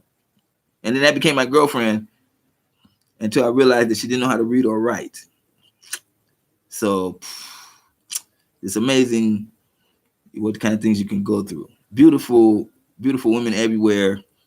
Uh, she was not the norm. Most women can read and most Kenyans can read and write, but this one just didn't know how to read and write. And I was like, how did that happen? And of course, it came to be a big problem later down in our relationship. So, yeah. O'Shea show, yeah, I watch his show. He's got me some messages. I have to read them. He's talking crap as usual, but I love it. We just go back and forth like that. I had the same problem with the site I'm in. I had the same problem, Mr. Private Bean. Okay, well, maybe somebody that like Molden or Evalyne or Bridget, if she comes in, she can see and give us some advice on how that works. That's a great story, my brother about your martial arts. Yeah. And yeah.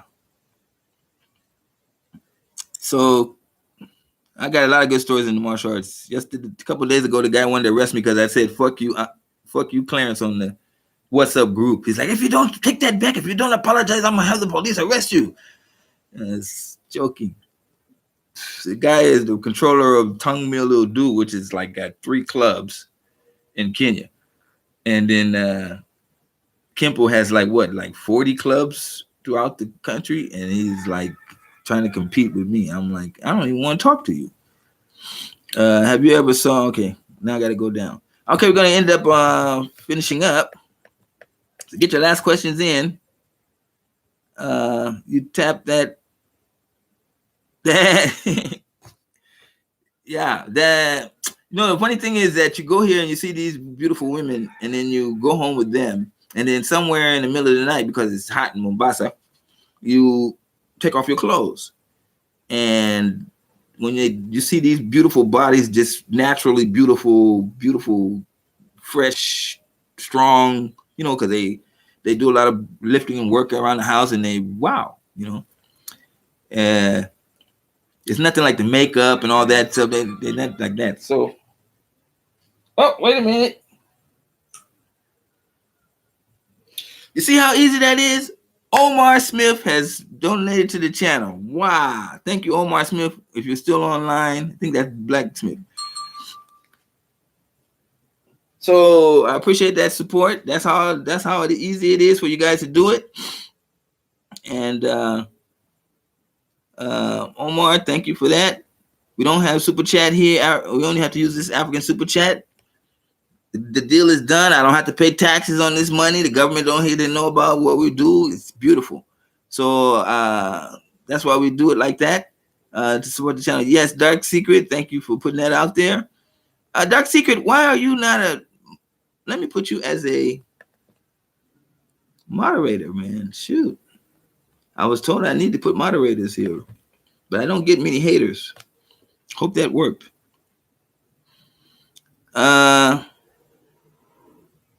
What we need to do now, as far as the camp is concerned, and for us to get together, is keep on having a conversation about that. So whenever I'm doing something that deals with the camp, I put the word "the camp" there, and we'll be discussing it. I didn't put it in this video, but we'll be talking about it. I'm going to meet.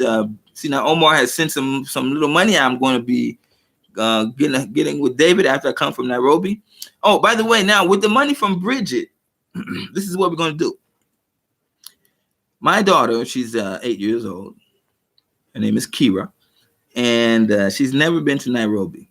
Now, as you may know, I'm living in Mombasa, but I travel to Nairobi every month. And from the time when she was a small baby, she saw Daddy disappear, and she didn't know where I went. And then she seen me come back, and she really missed me when I go. And when she got older, she decided, she got mad when I said I'm going to Nairobi. She got mad, like, oh, man, he's gone, And she's always happy when she sees me return. Nowadays, the mom lets her call me when I'm in Nairobi so she can at least talk to me, say I'm okay. But this time, I'm going to take her with me. This will be her first time going to Nairobi. And I'm telling you, the kid is too excited. She done packed her bag already 2 days ago. Daddy, I'm already packed. And I'm like, then she came to my job asking me, Daddy, can we leave on Thursday? I'm like, what? So now last night she wrote a poem or something. When I go to Nairobi, it was so cute. And she's excited about going. And I want to videotape that experience for her, because she's never seen a big city before. So this is why I'm saying these are kind of things I can think of when you guys send the supporting of the channel. Appreciate that so much. Lets me know that there's a need for the information that we're getting out there. You can tell me all day, and then somebody else can come and hate on the channel. But when you take the time to send a little bit of support, that speaks volumes right there. And I have told you that from the very beginning. See how excited I am? Omar Blacksmith, was that you that sent me the money? Thank you. Appreciate it. Not a lot of money. I know it's Christmas time for you guys, holidays and like that. And if you can't support, that's okay. But, when you get a chance, support channel. I know you guys all want to. I have no problem with that. I'm just saying, if there's 50 of you here, 2 or 3 of you can do it, and that makes it good for all of us. So yeah, that's what I'll be doing this weekend. I'll be recording that trip when I go there, and hopefully you guys will enjoy what the videos that I put out. You wanted more videos of outside. I risked my neck day for us today to do the video in town. Nowadays the police got this new thing where they see some tourists taking videos, they tell them they can be arrested for taking videos, even though that's not true. And then the tourists give them money to let them go. So I didn't want to get caught up in that nonsense. So I was doing mine secretly. And it really worked well. So we'll be doing some more videos like that. All right. Thank you, Omar, for that, man. Appreciate it. He's a continual supporter. And that's one thing that we need. We want to go far. We want to see if this camp idea is going to go somewhere. We have to have people that are willing to get in there. Yeah, she gonna write a story about the trip. She's gonna be too wide-eyed when she get there. You know what I mean? But I'll try to get the camera on her face when she's seeing the life outside of the thing. So my other 2 daughters, she was telling her little sister, I'm going to Nairobi. And my little Amina was like, me and mommy's going to go next time. They competing. But I never saw somebody so excited in my life about going. She'd been she's always see me, Dad, going to Nairobi. Where is this Nairobi? That's what she didn't have no clue. So when we went to pay dowry for my wife, they traveled from Mombasa to Kisumu, and I was like, didn't they stop in Nairobi? Didn't she see? No, they didn't stop. So I was like, oh, so she never been to Nairobi. So even Eva has confessed to me that she ain't been there since 2010. So we got to go there, and we got to make a trip to Nairobi. Although I go like every 3-4 every month, so it's not new to me. But yeah. I wanted to continue. Kevin Tucker. My man is at it again. Yes, now Kevin is supposed to be coming to see me in the next 2 weeks. Kevin, when are you coming? Or you can't say. You keeping it a secret. Can't wait to do an interview with you when you get here. Mustafa, the Muslim man, like Ethiopia, but I never been to Kenya. Okay, if you've been to Ethiopia, you're gonna love Kenya more. Especially Mombasa area when they call the prayers. What time is it? 5? The calls of prayers are gonna be coming. You get up at 5 in the morning, go, you guys are tough, man. Hey, get up at 5 in the morning, go get down on my knees. Oh, I fall on my knees, I fall back asleep. But there's lots of mosques here, beautiful ones. There's some that are ancient. It's really a great experience for Muslims. Leaving December the 12th. Okay, be in Mombasa in January. Oh, you're gonna wait all the way to January? I'm gonna see you when you get here. I don't know what's this long. You keep on making these things like a long time. If you're gonna be in Kenya on the 14th, then what you doing? You don't want to invite me for the holiday bash you guys are having? You don't want the old man there dancing? Huh, you young guys? Where you gonna be coming? Are you coming to Kenya in December, or are you going somewhere else? Rated R. Another common excuse of not to go to Africa is too many white people go there. That's not true at all. You won't find white people here.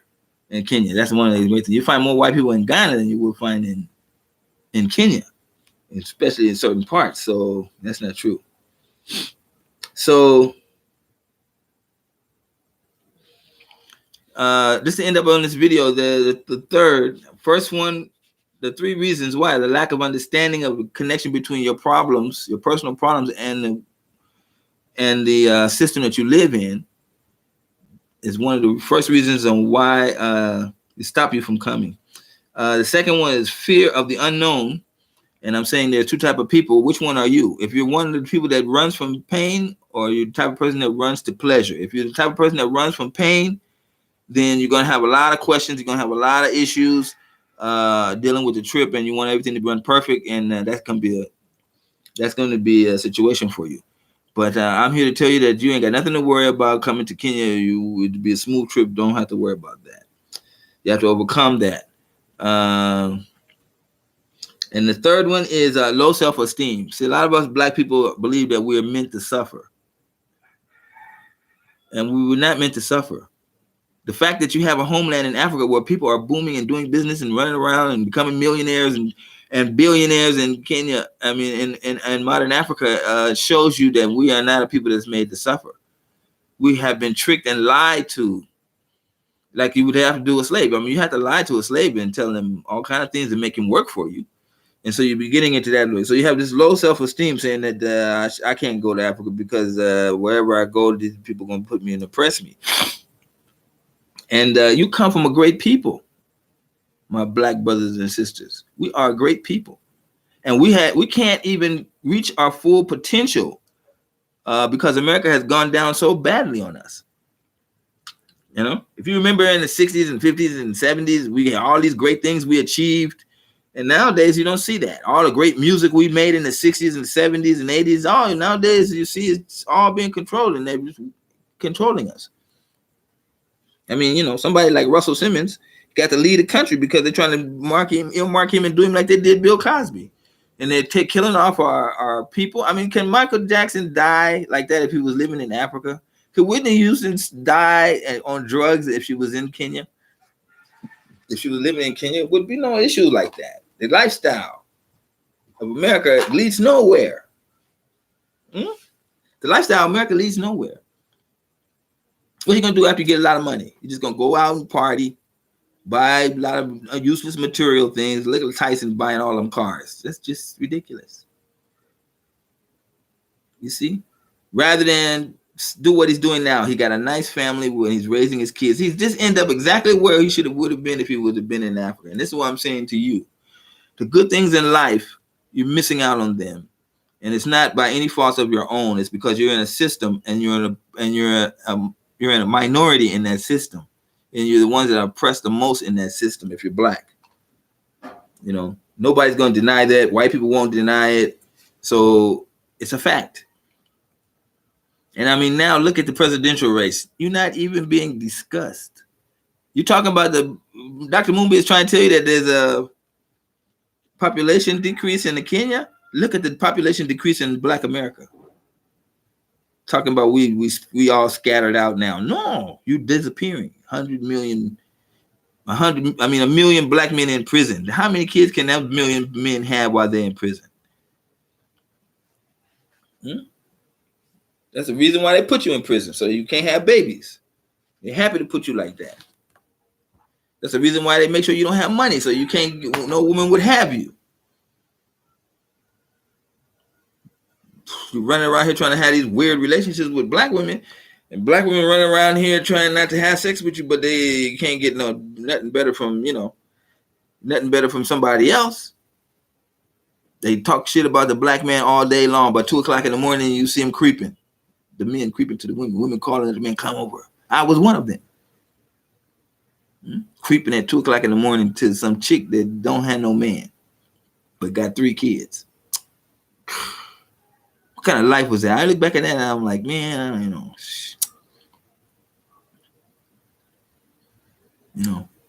I was single at the time, but the woman lived in the valley and I lived way in Los Angeles. And it was just the fun of driving all the way down there and going to her house at 2 in the morning and then had to be out of the house at 6 in the morning. It's like, I was a fool. But there's so much of that. If we be honest with ourselves, it's no way to live. Why do that when you can come to a place where life is normal?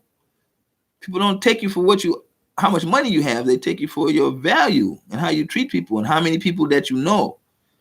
So that's the whole thing I'm saying about reason why you should come to Africa and see it. Black people, you come here and the first thing you say is, "Oh, the Africans are so friendly." It's not the Africans are friendly. It's just that we are unfriendly to each other because we have been made to be like that because of the system that we live in. How are you going to work with each other if you don't trust each other? And America has us not trusting each other.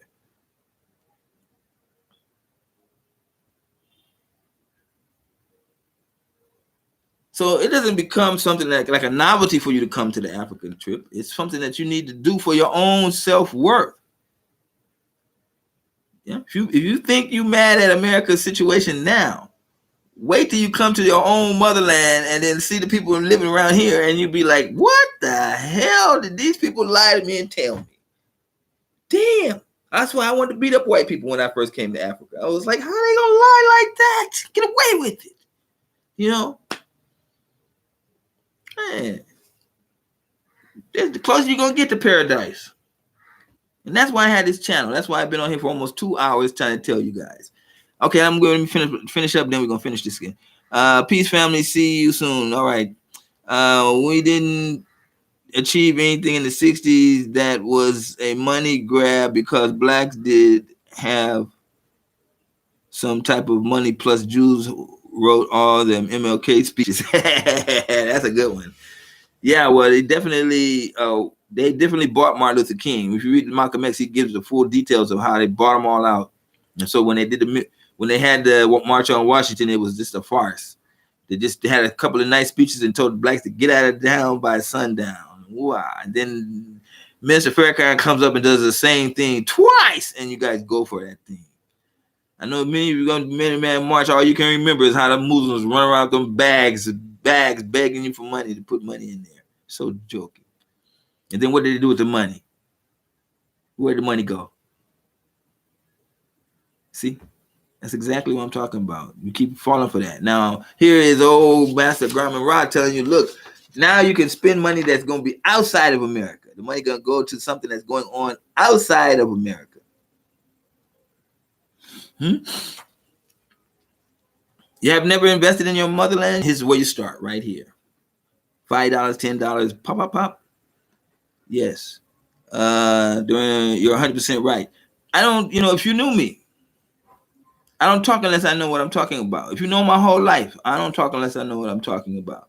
You can't talk about, we're looking for a good leader. He's got to have all these particular attributes. Look at my life. I have all those attributes. I have been a leader. I don't really like being a leader now, especially now I'm older. I'm like, I don't need to be all praised. Oh, people come to me, Grandmaster. Okay, I'm good with that. But I mean, I'm used to it, and I'm like, I can take it or leave it. I'm not power hungry. You know what I'm saying? When I was in chairman for KKF for 10 years, I was taking all kind of problems from all kind of different directions. When I transferred over power, and those guys used to come to me, sir, I got this problem. I'm like, take it to Dennis. Oh, sir, we got this. Take it to Dennis. Take it to the new chairman. And I was amazed at how much I had relieved myself from that. But up until that point, I have a good reputation, and I go by the standard that you can't be a man and a liar at the same time, and I live by that rule. So it has got me this far. I have a good, clean reputation, and you get a lot of people that come out there and they take you for a ride, and they test you. I got enemies that don't like me. You can go on my YouTube, you can go on my Facebook channel. You can see videos after videos and picture after picture showing you about my life, showing you what I'm doing, showing you that I'm working with people. And my enemies, they don't even have Facebook pages. They dare not even put their name out there.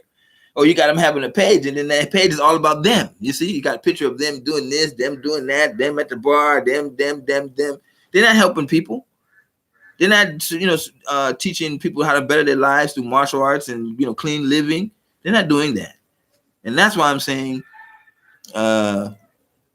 You got somebody here that they can, when you support them, the money's not going to be wasted on something nonsensical. Like, here's Tariq is going to be telling you send the money because we're going to have a talk. Tone Talk is going to be telling you, okay, send money to patronize me through Patreon because I'm telling you that Pamela Harris dropped out of the race. What happened to ADOS? It should be ADOS all the time. Look at my channel. We're talking about Africa here. We're not talking about all the nonsense and gossip because people don't have content. And the last thing I want to say to you guys on this show today, Farrakhan is with them too, brother. Yes. Let's not be afraid to put Farrakhan in there because when you look at it at the end of the day, here go the nation, and then they got the headquarters in Chicago, and then they killing each other like randomly in Chicago. Why he can't walk down there to the black community and clean that up? If you can't clean up Chicago, then what the hell are you talking about talking for black people? But I'm saying there was a video Farrakhan did. I lost it, but it's out there where he said, I ain't never run about Africa. I ain't never said I was going to go to Africa. Farrakhan. It's just smirky. You know what I mean? And sure enough, he never really supported people going to Africa. Malcolm left the nation because the nation didn't follow through with their mandate of a homeland of their own. And here we are in 2019, and we come to realize that we ain't going to get along with white people. It's true. And what's going to be a homeland of our own. But guess what? We already have it. It's in Africa, and it's there. It's modern African. And while we've been struggling over here, he's been busy. And now you're getting mega cities coming up all over the place. And it's going to continue for the next 50 years plus. So I don't know why we even wasting our time, thinking that we Americans and you ain't. Those days of America is better for you as a black person. Those days is gone, far, long gone. So I don't know what you're saying, but the last thing I wanted to say is that for those people that are out there, you see this channel, I got a lot of content that I can talk about. You can come on anytime and you can see some good information. But the key here is, let's take other people that's talking, like Boyce Lydell. If let's say Boyce Lydell, or even Claude Anderson, or even Omar Johnson, or even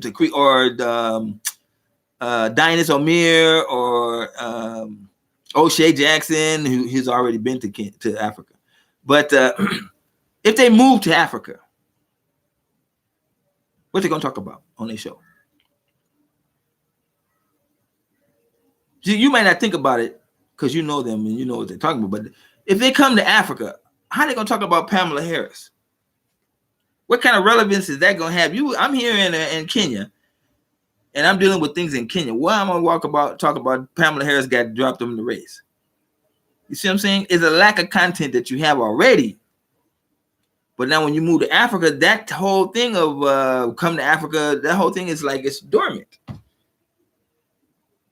You see?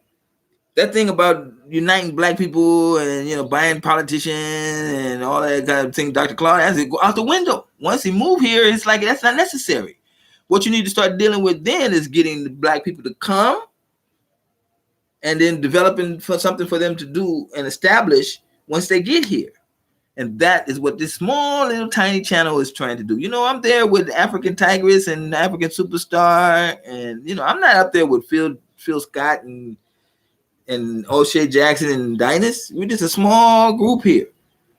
But what we're talking about is going to be relevant because they can't talk about those things that they talk about on their shows to be relevant once they move here. So like when people move to Africa and start living there, the whole content level got to change. And I say that there's a lot of content that's out there if you want to go run around Africa and look for it. But the thing of being in America and talking about, what's his name? The football player, Talon Packery, and he got a tryout, but he didn't do the tryout. What kind of, that's just wasted content because there's nothing to talk about. That don't affect you as a black American. But this channel really affects you. And so that's why I'm saying you guys support the channel. And I appreciate that. And we're going to keep it going. Yeah, we're not afraid to talk about Farrakhan or anybody else at this Messi Jackson and the Al Shop. We have too many of them that have done us wrong. And too many great people that were been for us, like Bill Cosby. People say, how can you talk about it? Because that guy's a bad guy. No, he's not a bad guy at all. Not at all. The man said that I'll stay in jail for 10 years before I say that I was guilty of that shit that they was claiming. Now, what that tell you about a brother? And I put on go to my Black Man's Guide to Moving to Modern Africa site on group site on Facebook, and I did an article where Bill Cosby did an article at the height of his career talking about the black situation. Now he really put himself under the gun when he talked about how white America was doing us wrong and how the educational system was doing us wrong. It's a brilliant piece. I recommend you go to the Black Man's Guide to Moving to Modern Africa site on Facebook and check out that thing about Bill Cosby. And then you tell me, who cares what the man did in the past? They're just trying to ruin his name like they do everybody. Look at what they did to Michael Jackson. You see? They do that to all of our people. We don't have that kind of problem in Africa. That's joking. You get all you away from all of that. And this is what I'm saying. We have to come to realize that $1 compared to $100-something, no, that's just uneven totally. And the major group don't like us. You're just kicking yourself.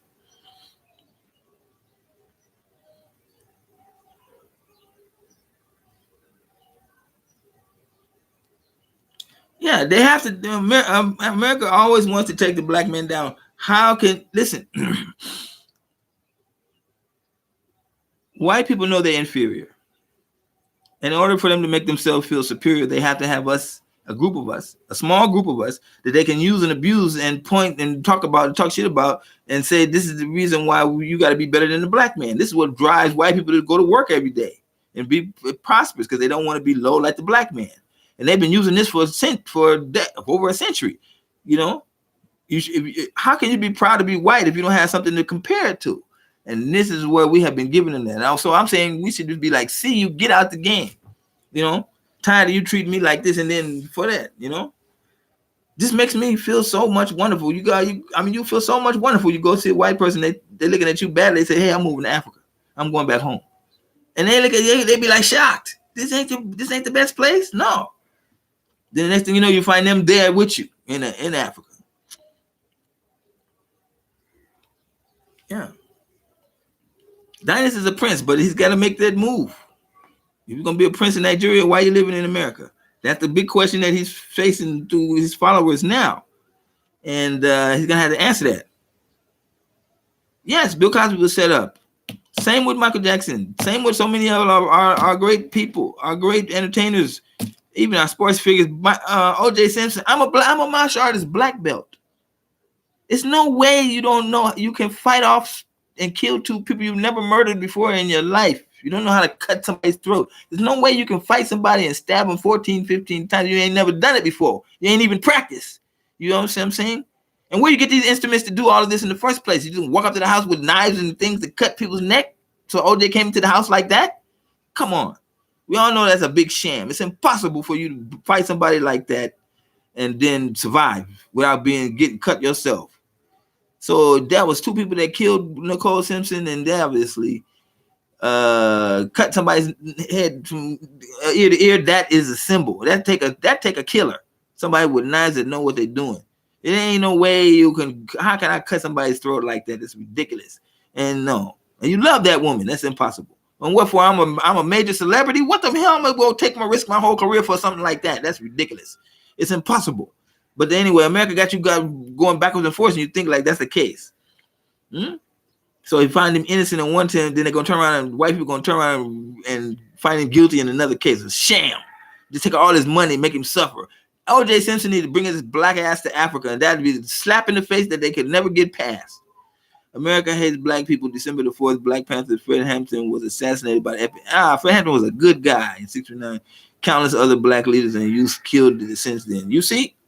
This is what we're saying. The time for what they have done to us is over. The time is like, what can we do? It's time to leave. Because when you go through the history of what happened to Fred Hampton and all the other black people, you get enough information to make you pissed off.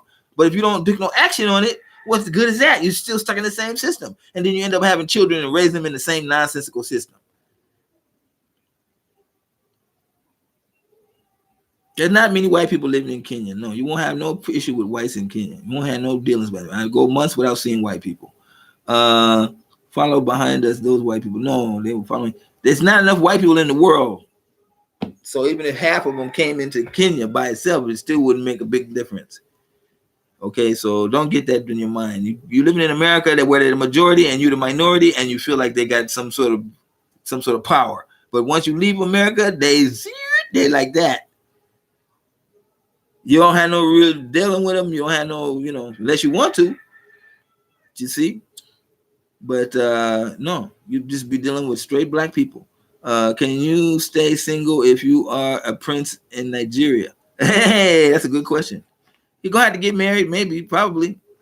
But Dynasty is still young, and these guys are young. They got to make the decisions. I'm sure he's working it out. What he's gonna do? Let's wait and stay tuned and see what happens. Can you? Okay, and that's another. You've been more than one. OJ loves white women too much. Yeah, well, he don't love them now because you see what happens. Because white women are white people, and now he can realize that that whole thing is about racism. He can't just say. Do you think we black folks will ever figure things out? Once you come to Africa, that's it. You figured it all out. You just got to come there.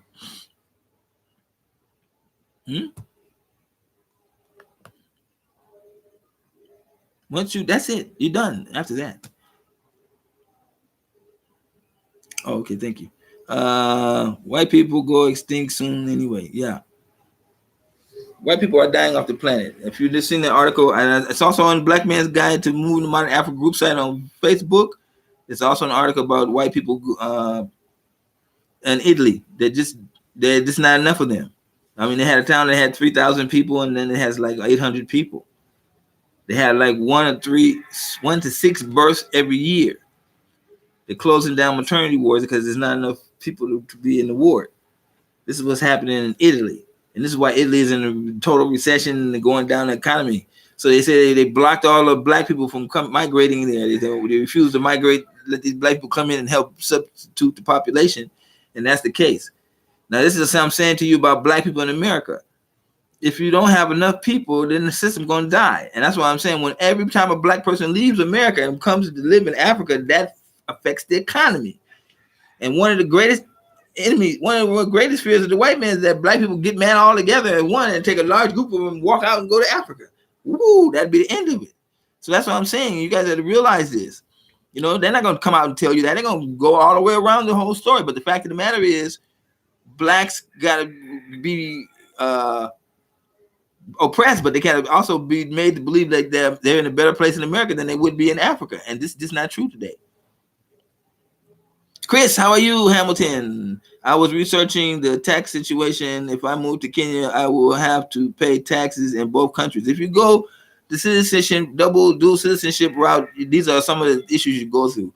But Kenya is not like Africa is not like America. The IRS is going to get you no matter where you go. But in the African countries, it's not that serious. And there's always ways to get around it if you look at it. So taxes not a big issue. Sister Lisa Kerber did a report on that and her channel about Italy. Yeah, well, you can see. You should be glad you're black. See, America, they used to take all the white people from Europe and bring them into America, but there's now not enough white people in Europe to come to America, so what they're going to do? They got to bring in the Arabs and the Mexicans and all that in order to keep the economy going. Because they're oppressing blacks. If they just let us go free, we can have enough babies to run the place. But then that we'd be running the place, and then they don't want that. So the fight is to keep us down. But if we just pack up and go, shoot, that's like a whole nother generation, 2-3 generations down the line, that's not going to be in America. So that's what I'm saying. Talk to your women, your black women. Explain to them again and again till they get it through their heads that this is the only way. They should follow you. And if they don't want to follow you, then come by yourself. Leave them there and say, forget it then. Because, casualties are on both sides. Casualties have to be on both sides. How do I sneak my 200,000 USD over there without paying the IRS and Kenya government? Well, if you're a citizen of both Kenya and the United States, you might have a little bit of an issue, but you can keep all your money in an American bank and then come on over to Kenya or Africa and then withdraw it into Kenya money. And then from there, you put it wherever you want. You don't have to pay taxes as such. Take it out bits at a time. Poop, poop, poop, poop. So I think you can get 40,000 shillings per day from a ready teller. That's what a lot of Black Americans are doing here. In most cases, you will get credit for the taxes you pay for a foreign country. You will pay U.S. taxes less in foreign place already. But you see, you're tying yourself into America, and then that causes an issue. There is low birth rates in Europe in general. Before you know it, those white women. Well, people don't understand that you got to tie in the lack of people having children to what's the state of the economy.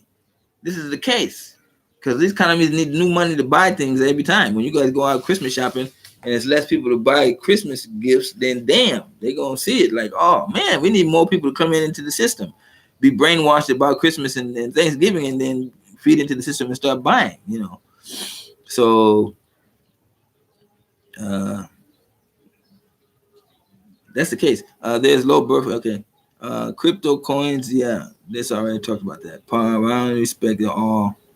Have land for sale in the Gambia. Anyone interested, please reach me at African Throwing.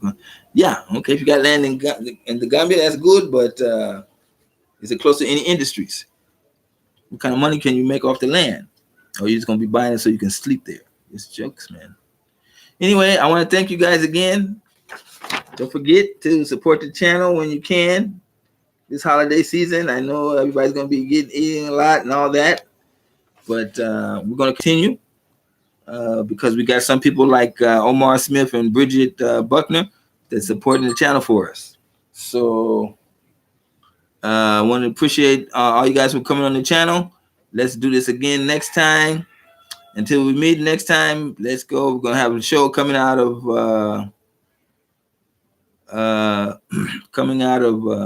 Nairobi. Next few days, I'll be busy getting ready for that trip. So next one you should hear from us is like that. If you're seeing this show from another day, please don't forget to support the channel anyway, anytime.